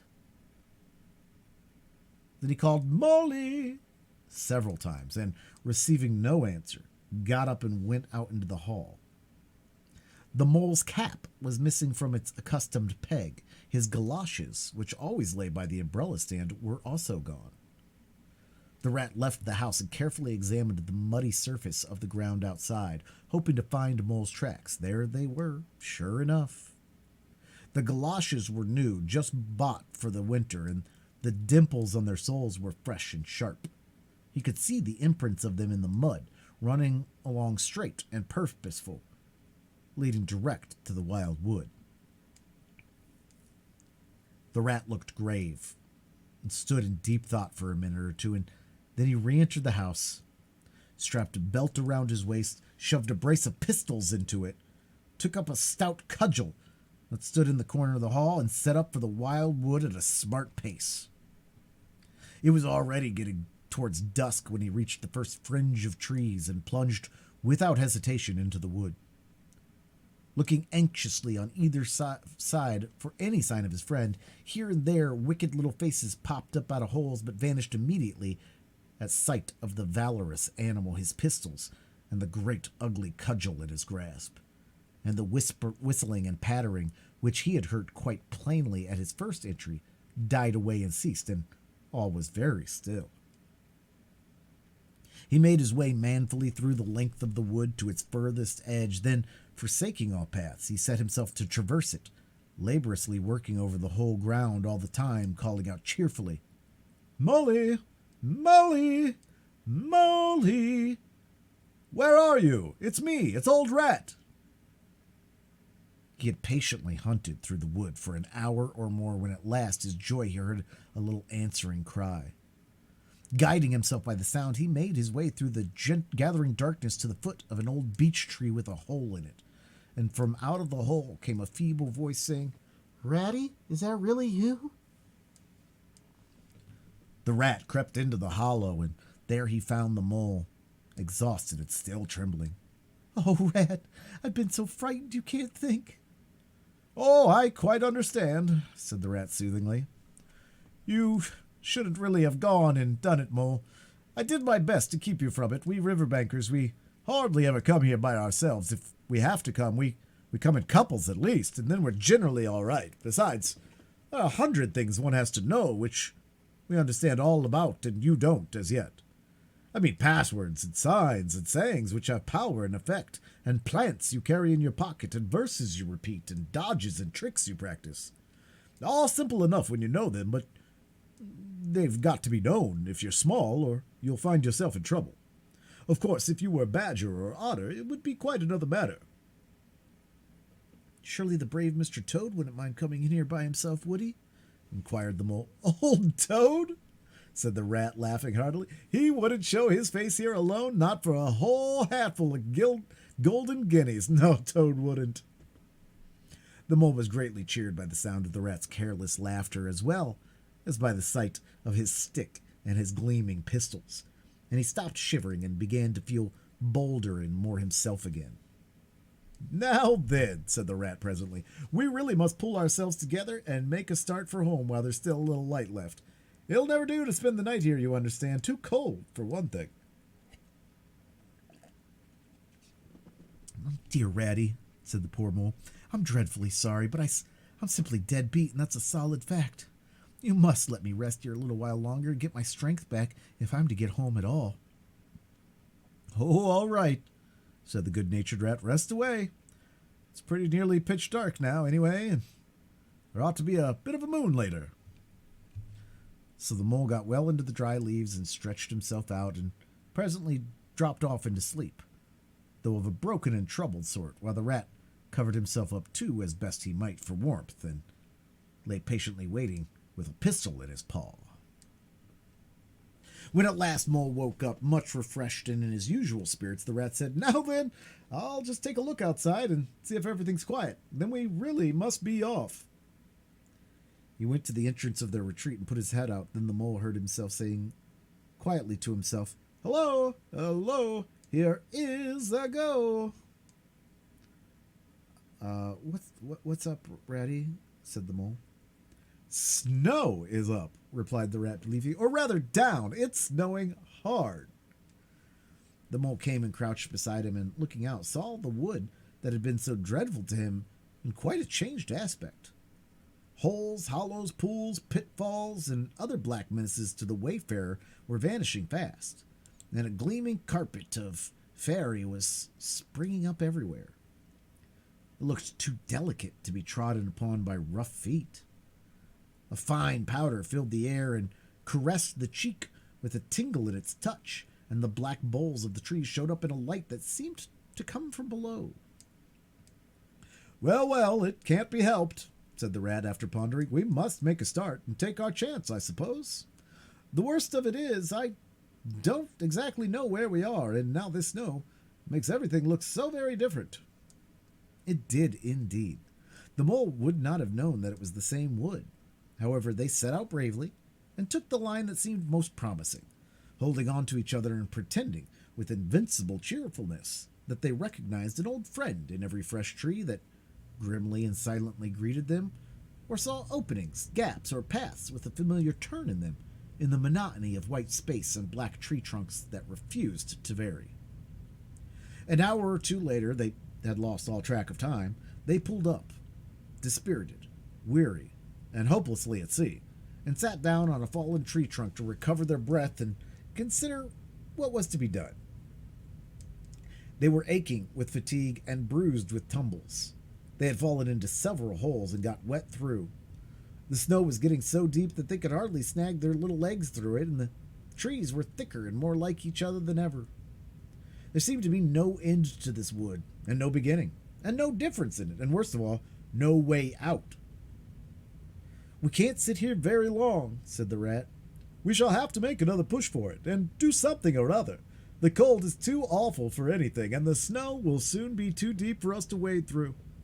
He peered about him and considered. "Look here," he went on. "This is what occurs to me.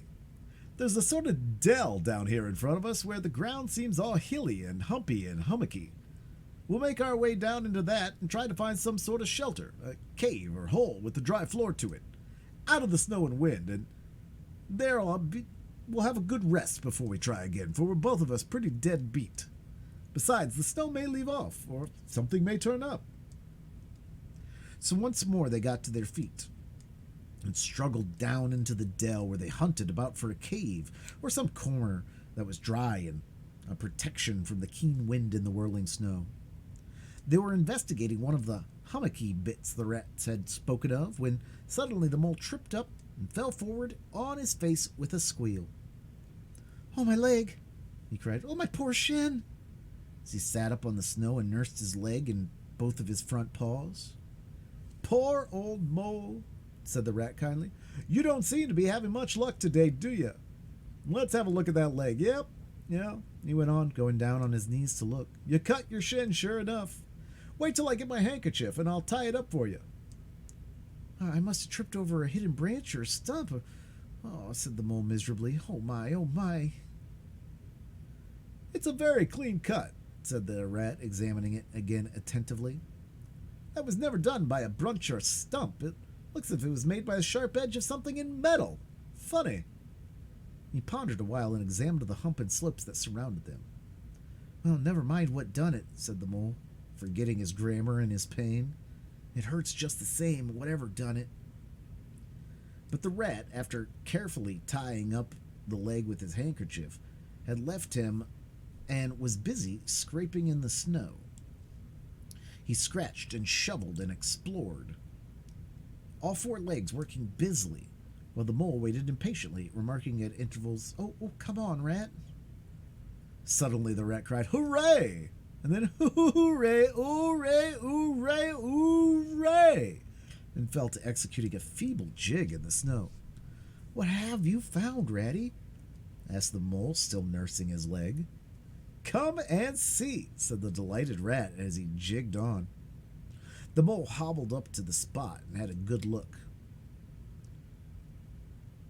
"Well, he said at last slowly, I see it right enough. Seen the same sort of thing before lots of times. Familiar object, I call it. A door scraper. Well, what of it? Why dance jigs around a door scraper?" "But don't you see what it means, you dull-witted animal?" cried the rat impatiently. "Of course I see what it means," replied the mole. "It simply means that some very careless and forgetful person has left his door scraper lying about in the middle of the wildwood, just where it's sure to trip everybody up. Very thoughtless of him, I call it. When I get home, I should go and complain about it to somebody or other. See if I don't." Oh dear, cried the rat in despair at his obtuseness. "Here, stop arguing and come and scrape." And he set about to work again and made the snow fly in all directions around him. After some further toil, his efforts were rewarded, and a very shabby doormat lay exposed to view. "There! What did I tell you?" exclaimed the rat in great triumph. "Absolutely nothing whatever," replied the mole with perfect truthfulness. "Well now," he went on, "you seem to have found another piece of domestic litter, done for and thrown away, and I suppose you're perfectly happy. Better go ahead and dance your jig round that if you got to, and get it over. Then perhaps we can go on and not waste any more time over rubbish heaps. Can we eat a doormat, or sleep under a doormat, or sit on a doormat, and sledge home over the snow on it, you exasperating rodent?" "Do you mean to say," cried the excited rat, "that this doormat doesn't tell you anything?" "Really, rat," said the mole quite pettishly, "I think we've had enough of this folly. Who ever heard of a doormat telling anyone anything? They simply don't do it. They are not that sort at all. Doormats know their place. Now look here, you thick-headed beast, replied the rat, really angry. This must stop. Not another word, but scrape. Scrape and scratch and dig and hunt round, especially on the sides of the hummocks, if you want to sleep dry and warm tonight, for it's our last chance.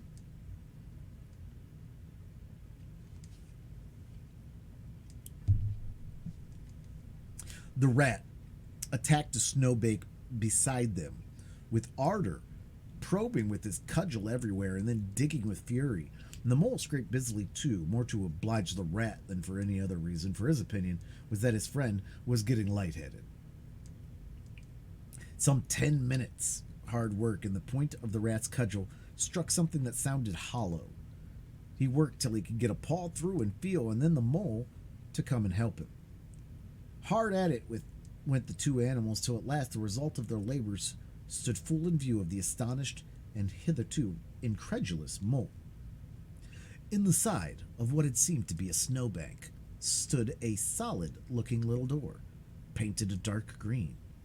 An iron bell hung by the side, and below it, on a small brass plate, neatly engraved in square capital letters, they could read by the aid of moonlight, Mr. Badger. The mole fell backwards on the snow from sheer surprise and delight. "Rat!" he cried in penitence. "You're a wonder, a real wonder, that's what you are. I see it all now. You argued it out, step by step, in that wise head of yours, from the very moment I fell and cut my shin, and you looked at the cut, and at once your majestic mind said to itself, door scraper.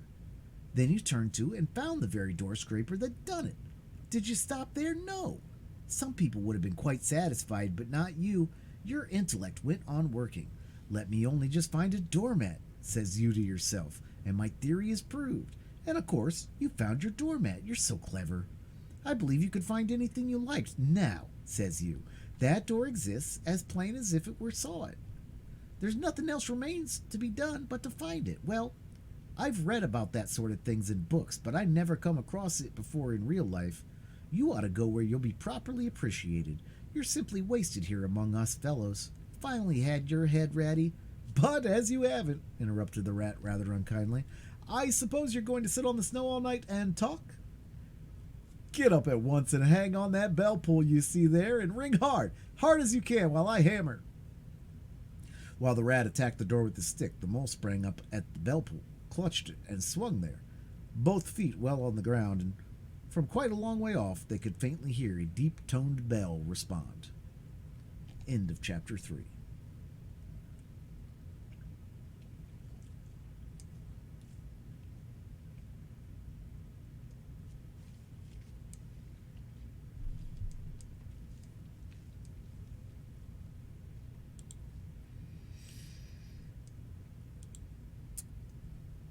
All right, the race is about to finish. Let's just run the battle.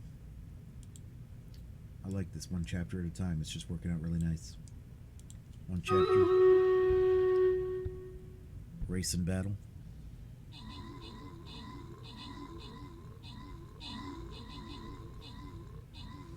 Now you can SMH Dalek.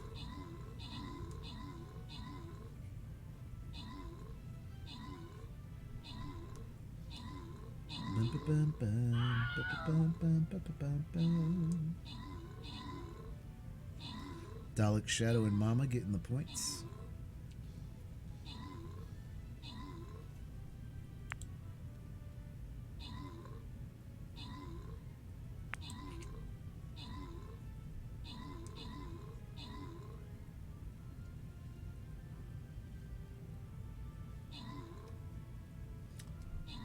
All right, video is over.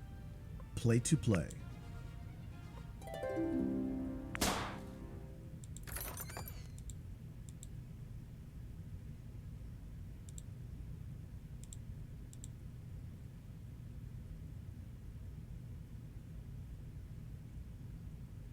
Get him in, get him on. And we got our next battle up.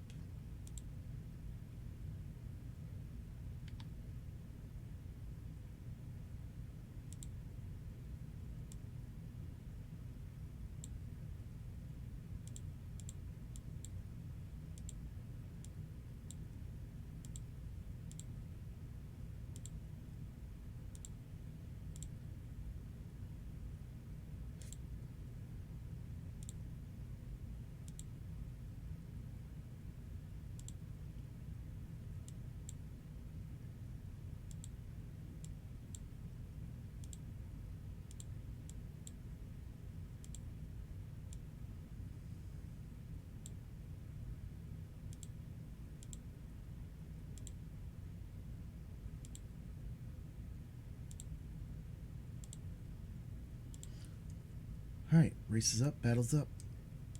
Let's do one last section of reading for the evening. If we continue at this pace as we are at right now, it will be 3 nights will get us to the last 10 pages. So we'll either have to go longer on the 3rd night or do a 4th night where we only read for a short second.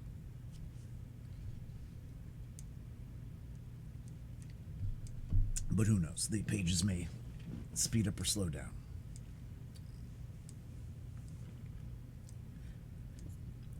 Chapter 4. Mr. Badger. Oh, holy cow. Moose. Moose. I'm sorry, all the sounds are off. Whoever's the anonymous. Gifting tier subs. Man, during a reading stream, who's giving away 10 different subs? Well, there's a good egg out there somewhere. That's pretty good. Uncle Dank Meme, Unky Danky Meme, who's a member of the fleet. Mashiari, Stubbins,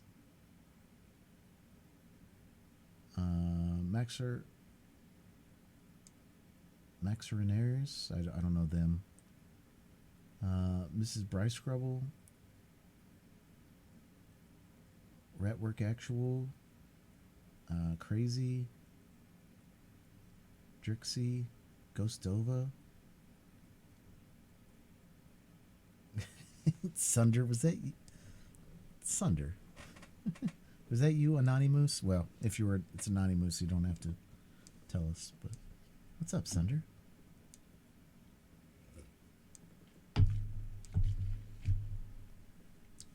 Good to see you.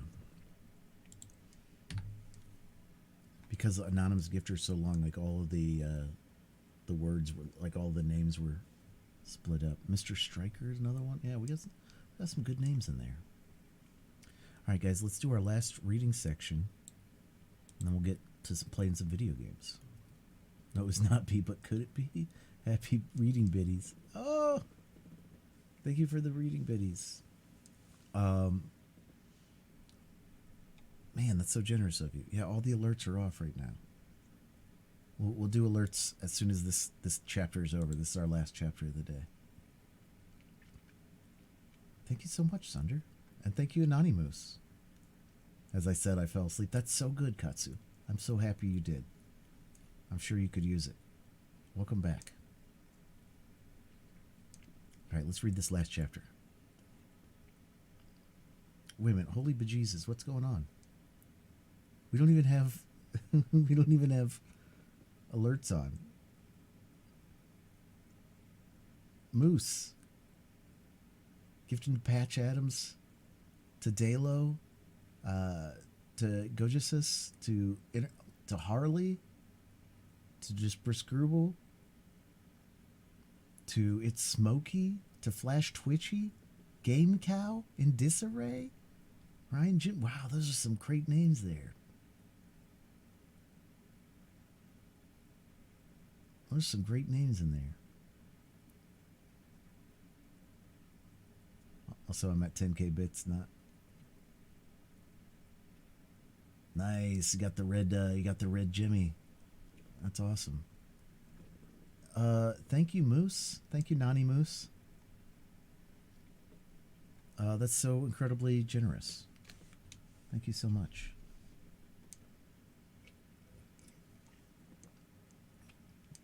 Let's read this.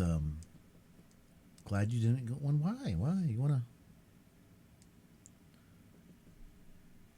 I mean, I like people getting gifts. Wanted to do it myself. Nice. Whenever if you can, feel free to.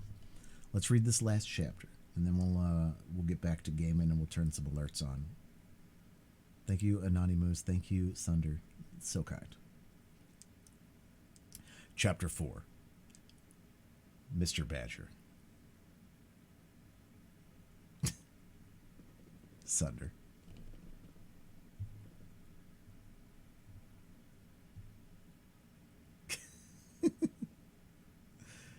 Katsu, welcome to the emote community.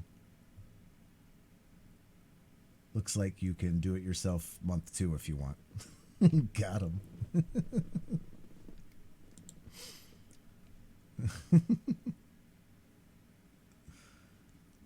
GG's. Thank you, Sunder.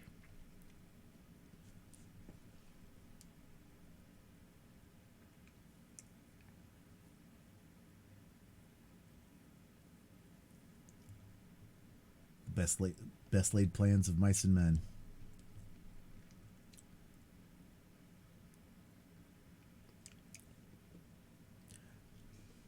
They waited patiently for what seemed a very long time, stamping in the snow to keep their feet warm.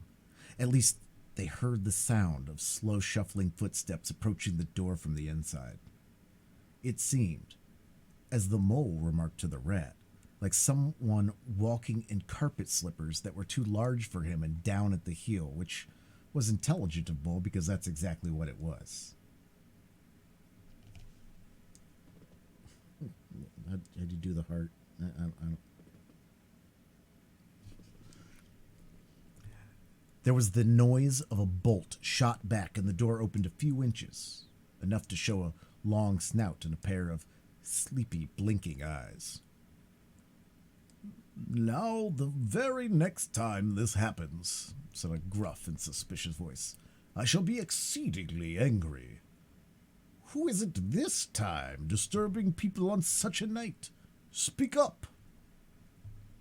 "Oh, Badger," cried the rat, "let us in, please. It's me, Rat, and my friend Mole, and we've lost our way in the snow." "What, Ratty, my dear little man," exclaimed the Badger in quite a different voice. "Come along in, both of you, at once. Why, you must be perished. Well, I never.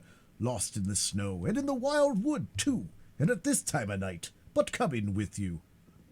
The two animals stumbled over each other in their eagerness to get inside and heard the door shut behind them with great joy and relief. The Badger, who wore a long dressing gown and whose slippers were indeed very down at the heel, carried a flat candlestick in his paw and had probably been on his way to bed when their summons sounded. He looked kindly down on them and patted both their heads.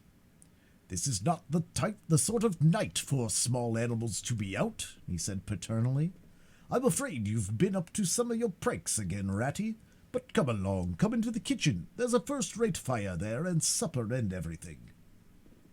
He shuffled on in front of them, carrying the light, and they followed him, nudging each other in an anticipating sort of way, down a long, gloomy, and, to tell the truth, decidedly shabby passage, into a sort of central hall, out of which they could dimly see other long tunnel-like passages branching, passages mysterious and without apparent end. But there were doors in the hall as well, stout oaken, comfortable-looking doors. One of these the Badger flung open, and at once they found themselves in all the glow and warmth of a large, firelit kitchen. The floor was well-worn red brick, and on the wide hearth burnt a fire of logs between two attractive chimney corners tucked away in the wall, well out of its suspicion of draught. A couple of high-backed settles facing each other on either side of the fire gave further sitting accommodations for the sociably disposed. In the middle of the room stood a long table of plain boards placed on trestles with benches down each side. At one end of it, where an armchair stood pushed back, were spread the remains of the Badger's plain but ample supper. Rows of spotless plates winked from the shelves at the dresser at the far end of the room, and from the rafters overhead hung hams, bundles of dried herbs, nets of onions, and baskets of eggs. It seemed a place where heroes could fitly feast after victory, where weary harvesters could line up in scores along the table and keep their harvest home with mirth and song, or where 2 or 3 friends of simple tastes could sit about as they pleased and eat and smoke and talk in comfort and contentment.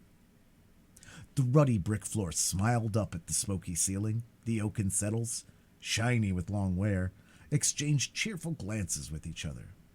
Plates on the dresser grinned at pots on the shelf, and the merry firelight flickered and played over everything without distinction. The kindly badger thrust them down on a settle to toast themselves at the fire, and bade them remove their wet coats and boots. Then he fetched them dressing gowns and slippers, and himself bathed the mole's shin with warm water and mended the cut with sticking plaster, till the whole thing was just as good as new, if not better.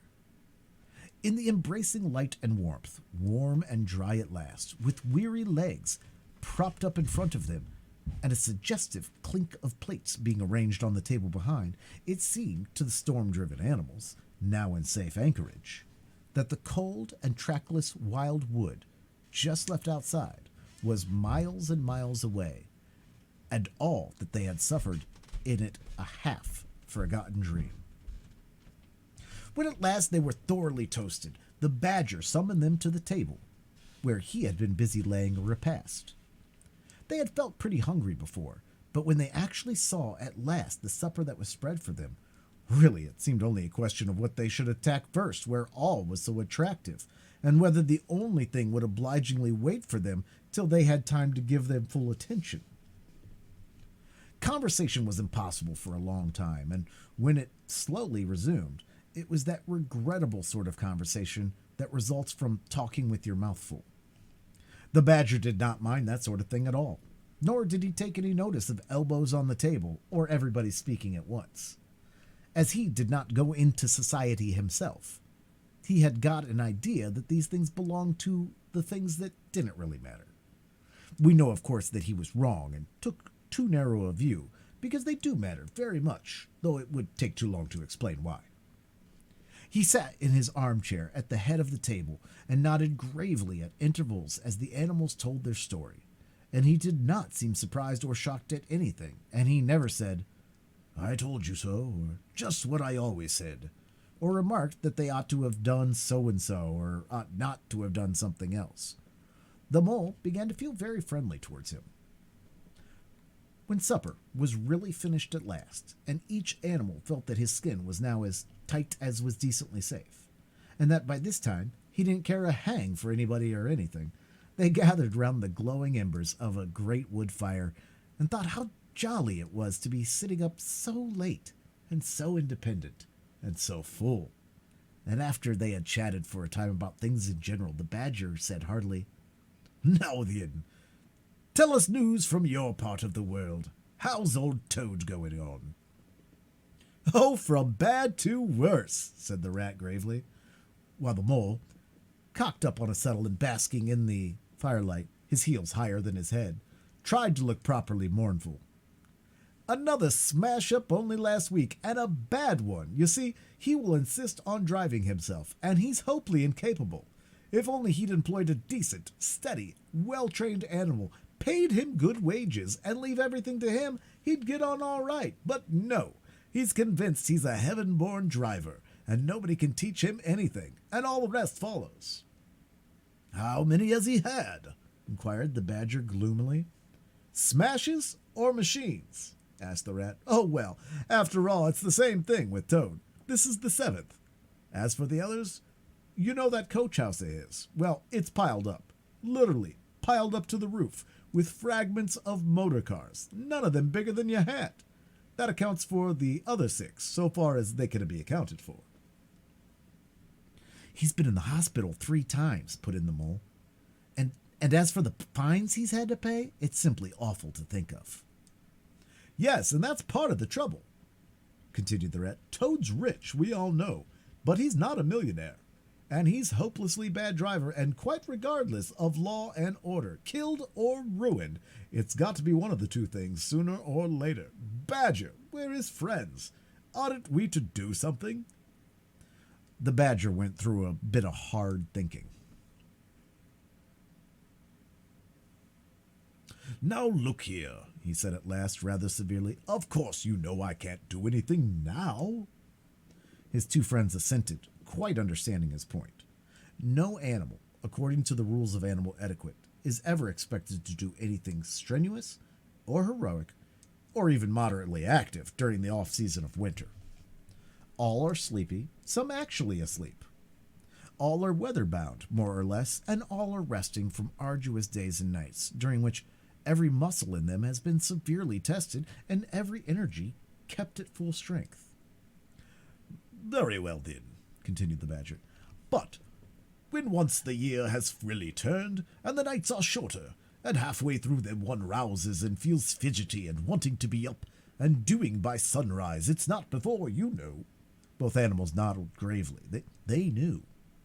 "Well, then," went on the Badger, "we, that is, you and me and our friend the Mole here, we'll take Toad seriously in hand. We'll stand no nonsense whatever. We'll bring him back to reason by force, if need be. We'll make him a sensible Toad while you're asleep, Rat." "Not me," said the Rat, waking up with a jerk. "He's been asleep 2 or 3 times since supper," said the Mole, laughing. He himself was feeling quite wakeful and even lively, though he didn't know why. The reason was, of course, that he being naturally an underground animal by birth and breeding, the situation of Badger's house exactly suited him and made him feel at home, while the Rat, who slept every night in a bedroom with windows which opened on a breezy river, naturally felt the atmosphere still and oppressive. "Well, it's time we were all to bed," said the Badger, getting up and fetching flat candlesticks.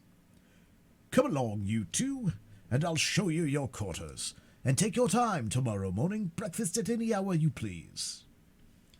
He conducted the 2 animals to a long room that seemed half bedchamber, half loft. The Badger's winter stores, which were visible everywhere, took up half the room. Piles of apples, turnips, and potatoes, basketfuls of nuts, and jars of honey. But the 2 little white beds on the remainder of the floor looked soft and inviting, and the linen on them, though coarse, was clean and smelt beautifully of lavender. And the Mole and the Water Rat, shaking off their garments in some 30 seconds, tumbled in between the sheets in great joy and contentment. In accordance with the Badger's kindly instructions, the 2 tired animals came down to breakfast very late the next morning, and found a bright fire burning in the kitchen and 2 young hedgehogs sitting on a bench at the table, eating oatmeal porridge out of wooden bowls. The hedgehogs dropped their spoons, rose to their feet, and ducked their heads respectfully as the 2 entered. "There, sit down," said the Rat pleasantly, "and go on with your porridge. Where have you youngsters come from? Lost your way in the snow, I suppose?" "Yes, please, sir," said the elder of the 2 hedgehogs, respectfully. Me and little Billy here, we was trying to find our way to school. Mother would have us go.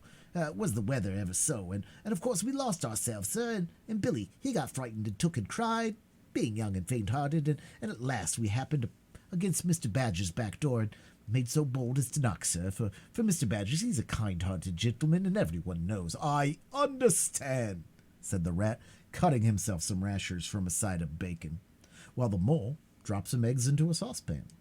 "And what's the weather like outside? You needn't stir me quite so much," he added. Oh, terrible, sir. Terrible bad, sir. Terrible deep the snow is," said the hedgehog. No getting out for the likes of you gentlemen today." "Where's Mr. Badger?" inquired the Mole, as he warmed the coffee pot before the fire. The master's gone into his study, sir," replied the hedgehog. "And he said as how he was going to be particularly busy this morning, and on no account was he to be disturbed." This explanation, of course, was thoroughly understood by everyone present. The fact is, as already set forth, when you live a life of intense activity for 6 months of the year, and of comparative or actual somnolence for the other 6, during the latter period, you cannot be continually pleading sleepiness when there are people about or things to be done. The excuses get monotonous. The animals well knew that Badger, having eaten a hearty breakfast, had retired to his study and settled himself into an armchair with his legs up on another and a red cotton handkerchief over his face, and was being busy in the usual way at this time of year. The front bell clanged loudly, and the Rat, who was very greasy with buttered toast, sent Billy, the smaller hedgehog, to see who it might be. There was the sound of much stamping in the hall, and presently Billy returned in front of the Otter, who threw himself on the Rat with an embrace and a shout of affectionate greeting. "Get off!" spluttered the Rat with a mouthful. Thought I should find you here all right, said the otter cheerfully. They were all in a great state of alarm along riverbank when I arrived this morning. Rat never been home all night, nor Mole either. Something dreadful must have happened, they said, and the snow had covered up all your tracks, of course, but I knew that when people were in any fix, they mostly went to Badger, or else Badger got to know of it somehow, so I came straight off here through the wild wood and the snow. My, it was fine coming through the snow as the red sun was rising and showing off the black tree trunks. As you went along in the stillness, every now and then the masses of snow slid off the branches suddenly with a flop, making you jump and run for cover. Snow castles and snow caverns had sprung out of nowhere in sight, and snow bridges and terraces and ramparts I could have stayed and played them with for hours. Here and there great branches had been torn away by sheer weight of the snows, and robins perched and hopped on them in their perky, conceited way, just as if they had done it themselves. A ragged string of wild geese passed overhead, high on the gray sky, and a few rooks whirled above the trees, inspected, and flapped off homewards with a disgusted expression. But I made no sensible being to ask the news of. About halfway across, I came on a rabbit sitting on a stump, cleaning his silly face with his paws. He was a pretty scared animal, and I crept up behind him and placed a heavy forepaw on his shoulder. I had to cuff his head once or twice to get any sense out of it at all. At last I managed to extract from him that Mole had been seen in Wild Wood last night by one of them. I was the talk of the burrows, he said, how Mole, Mr. Rat's particular friend, was in a bad fix, how he had lost his way, and they were up and out hunting, and were chivying him round and round. Then why didn't any of you do something, I asked. You may be blessed with brains, but there are hundreds and hundreds of you big stout fellows as fat as butter, and your burrows running in all directions, and you could have taken him in and made him safe and comfortable, or tried to at all events. What, us? He merely said. Do something, us rabbits? So I cuffed him again and left him. There was nothing else to be done. At any rate, I had learnt something, and if I had the luck to meet any of them, I have learnt something more, or they would. Weren't you at all nervous? Asked the Mole, some of yesterday's terror coming back to him at the mention of the wild wood. Nervous? The otter showed a gleaming set of strong white teeth as he laughed. Ha! I'd give 'em nerves if any of them tried anything on me. Here, Mole, fry me some slices of ham like the good little chap you are. I'm frightfully hungry, and I've got any amount to say to Ratty here. Haven't seen him for an age. So the good-natured Mole, having cut some slices of ham, set the hedgehogs to fry it and returned to his own breakfast, while the otter and the rat, their heads together, eagerly talked river shop, which is long shop, and talk that is endless, running on like the babbling river itself. A plate of fried ham had just been cleared and sent back for more when the badger entered, yawning and rubbing his eyes and greeting them all in his quiet, simple way, with kind inquiries for everyone. It must be getting on for luncheon time, he remarked to the otter. Better stop and have it with us. You must be hungry this cold morning. Rather, replied the otter, winking at the Mole. Sight of these greedy young hedgehogs stuffing themselves with fried ham makes me feel positively famished. The hedgehogs, who were just beginning to feel hungry again after their porridge, and after working so hard at their frying, looked timidly up at Mr. Badger, but were too shy to say anything. Here, you two youngsters, be off home to your mother. I'll send some with you to show you the way. You won't want any dinner today, I'll be bound. He gave them 6 pence apiece and a pat on the head, and they went off with much respectful swinging of caps and touching of forelocks. Presently they all sat down to luncheon together. The Mole found himself placed next to Mr. Badger, and, as the other two were still deep in river gossip from which nothing could divert them, he took the opportunity to tell Badger how comfortable and homelike it all felt to him. Once well underground, he said, you know exactly where you are. Nothing can happen to you, and nothing can get you. You're entirely your own master, and you don't have to consult anybody or mind what they say. Things go on all the same overhead, and you let 'em, and don't bother about 'em. When you want to, up you go, and there the things are, waiting for you. The badger simply beamed on him. It's exactly what I say. There's no security, or peace, or tranquility, except underground. And then, if your ideas get larger and you want to expand, why, a dig and a scrape and there you are. If you feel your house is a bit too big, you stop up a hole or two and there you are again. No builders, no tradesmen, no remarks passed on you by fellows looking over your wall. And above all, no weather. Look at Rat now. A couple of feet of flood water, and he's got to move into hired lodgings. Uncomfortable, inconveniently situated, and horribly expensive. Take Toad. I say nothing against Toad Hall. Quite the best house in these parts, as a house. But supposing a fire breaks out, where's Toad?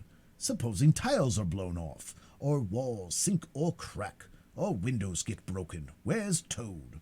Supposing the rooms are drafty, I hate a draft myself, where's Toad? No, up and outdoors is good enough to roam about and get one's living in. But underground to come back to at last, that's my idea of home. The mole assented heartily, and the badger, in consequence, got very friendly with him. When lunch is over, he said, I'll take you around this little place of mine. I can see you appreciate it. You'll understand what domestic architecture ought to be, you do. And luncheon accordingly.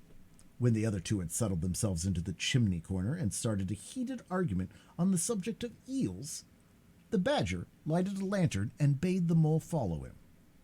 Crossing a hall, they passed down one of the principal tunnels, and the wavering light of the lantern gave glimpses on either side of rooms both large and small. Some mere cupboards, others nearly as broad and imposing as Toad's dining hall. A narrow passage at right angles led them into another corridor, and here the same thing was repeated.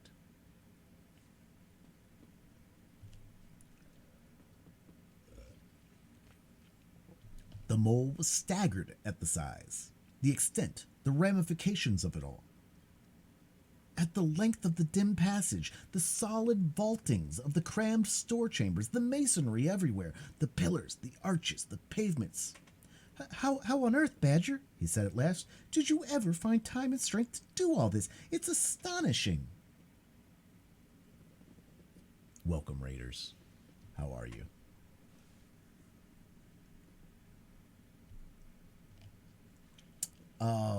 Yeah, how are you all enjoying the new book? I'm enjoying it a lot. The worst part about it is it's probably only going to be a 3-week read, maybe a 4th. Snooze, how was your stream today? I was watching for a hot second. Let me go shut that down. I will shut that down. Andy Kalana, good to see you. Thank you for the follow. Good to see you.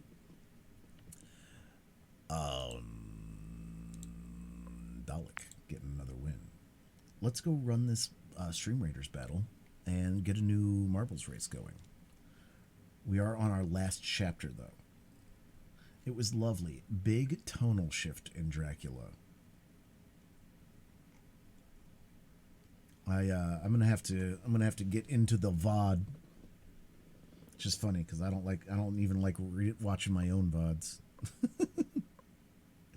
All right, let's get into a race. We're going to get a shorter race. I mean, not short, but shorter than the half-hour races we were just doing.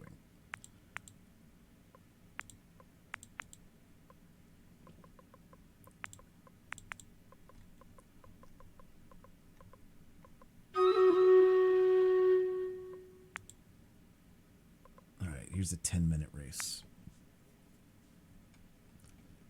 Play to play.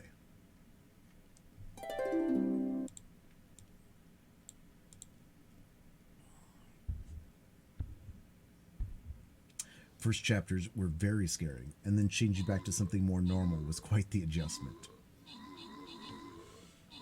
Yeah.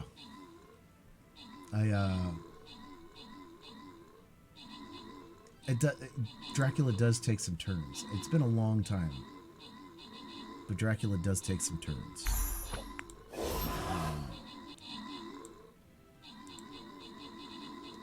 I have to go watch the VOD. Guys, if you don't follow Snooze, please go do so. We big heart Snooze in this house. Actually, confession time. Why didn't I win the race? Because you're not good. You got to get good. Remember that? I told you before. You just didn't listen. You got to get good. Sorry.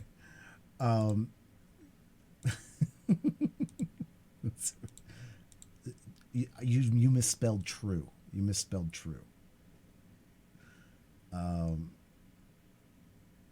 I don't know. Why didn't I win the race? Because I'm not good either. But confession time. Snooze, I was going to resub to you because I realized the other night when I came in and hung out, I didn't realize until like stream was over that I wasn't subbed, and I had mentioned it earlier in my stream. And then I went in today and I went to go sub, and I was like, no, I was like, because it's the 29th. We're almost to September, you know, and September I usually do things, and especially people that I like and I think may start streaming for a while. So I hope I don't kiss of death you, because usually when I September people for 6 months, and then they stop streaming altogether. So don't do that. Guys, go follow Snooze Button TV. They're absolutely a fantastic vibe. Great games, great voice, great books, great time, good message. Do the things. Don't give us some of deaths, love. You know? But I like saving money, you know? All right, let's get back into this. I'll try my best. Yeah.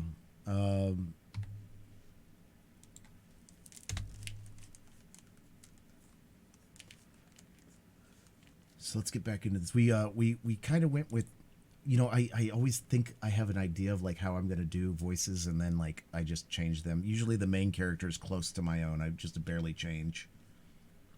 So Mole is basically a barely change. Mr. Toad is like from Brooklyn. Anonymous Gifter, thank you for the gift sub. Anonymous has been showing up today. It's yes, it is Brooklyn Toad. Otter's just got a little bit of harshness to him. Badger here has been kind of flipping back and forth. It's kind of British Badger, but then it's not British. I don't know. I haven't really figured it out. We just got on them. Yeah. Maybe that's 3 different anonymous people, but anonymous Mr. Moose has given out 21 subs tonight, which is ridiculous. Thank you, Anonymous. If you are one moose or multiple moose.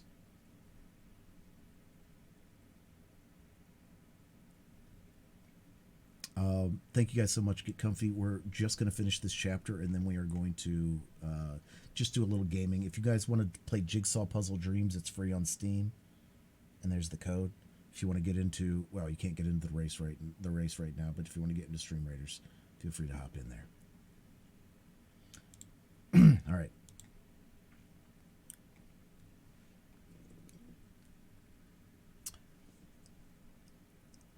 This is Mole. How on earth, Badger, he said at last, did you ever find time and strength to do all this? It's astonishing.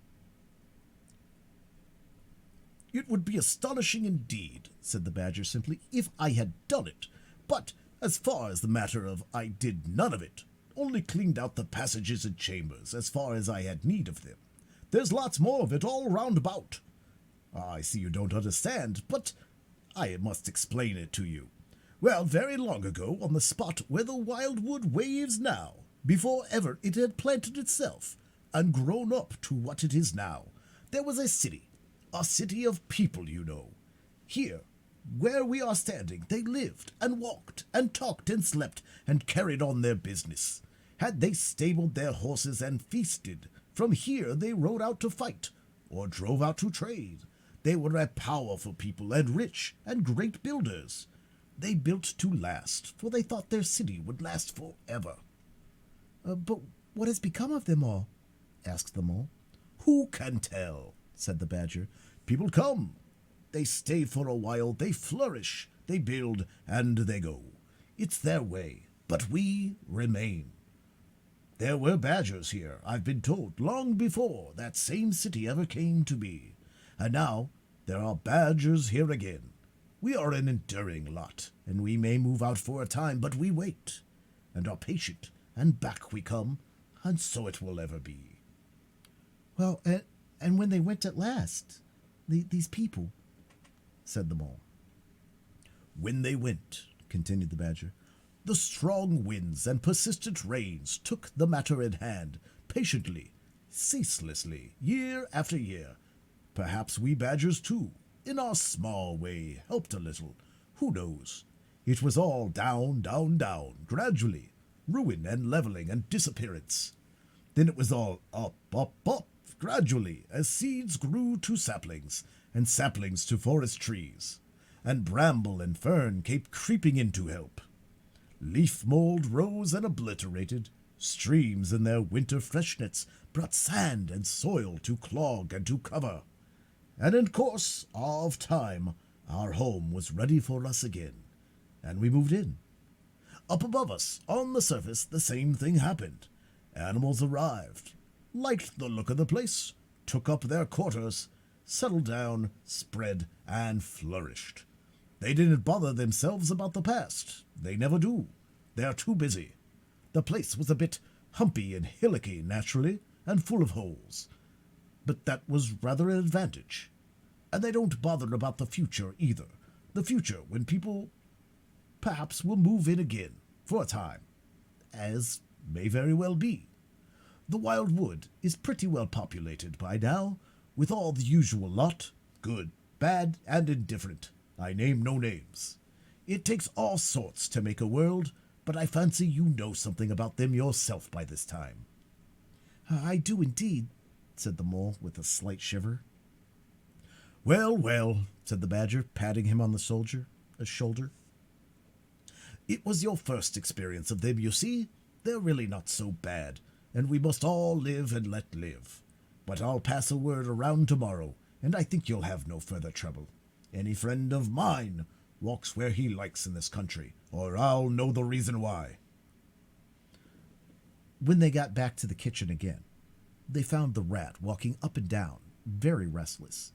The underground atmosphere was oppressing him and getting on his nerves, and he seemed really to be afraid that the river would run away if he wasn't there to look after it. So he had his overcoat on and his pistols thrust into his belt again.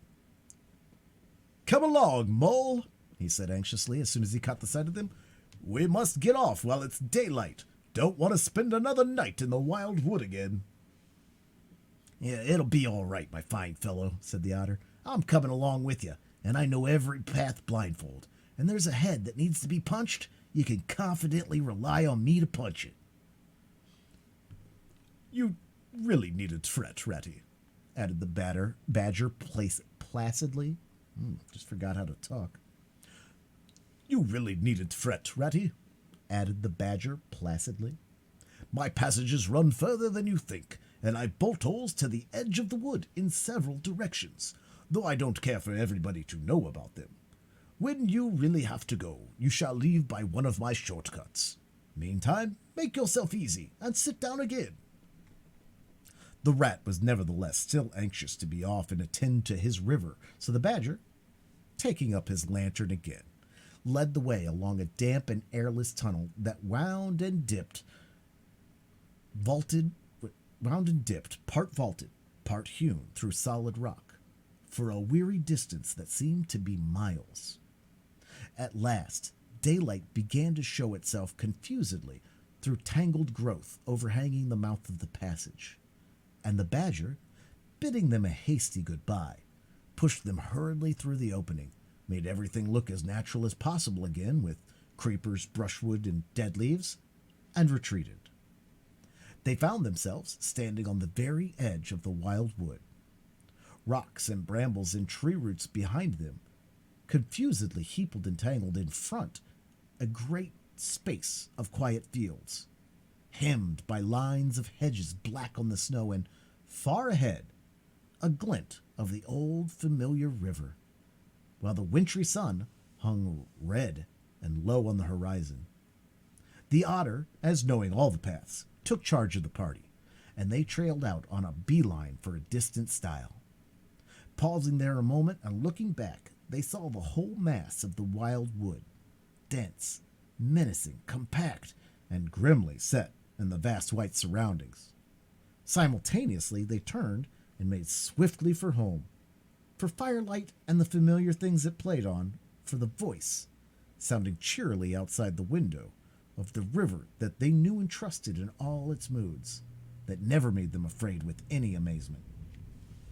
As he hurried along, eagerly anticipating the moment when he would be at home again among the things he knew and liked, the mole saw clearly that he was an animal of tilled fields and hedgerow, linked to the plowed furrow, the frequented pasture, the lane of evening lingerings, the cultivated garden plot. For others, the asperities, the stubborn endurance, or the clash of actual conflict that went with nature in the rough. He must be wise, must keep to the pleasant places in which his lines were laid, and which held adventure enough in their way to last for a lifetime. End of chapter 4. And that's where we're going to stop for the evening.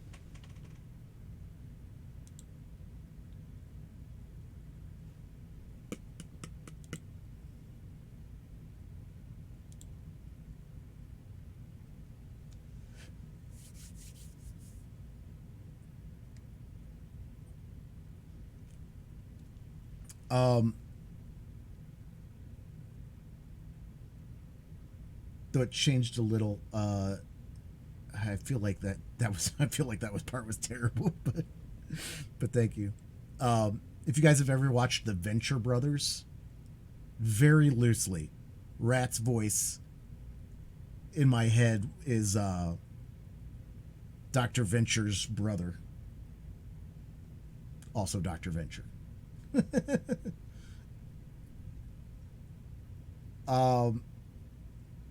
So it's a lot of fun. I mean, it's definitely got a little dates to it. It's definitely,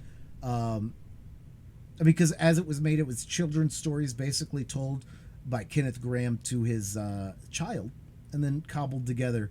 And so we have the story of Toad, but when we have these side stories interspliced with, mainly, promoted through Mole and Rat.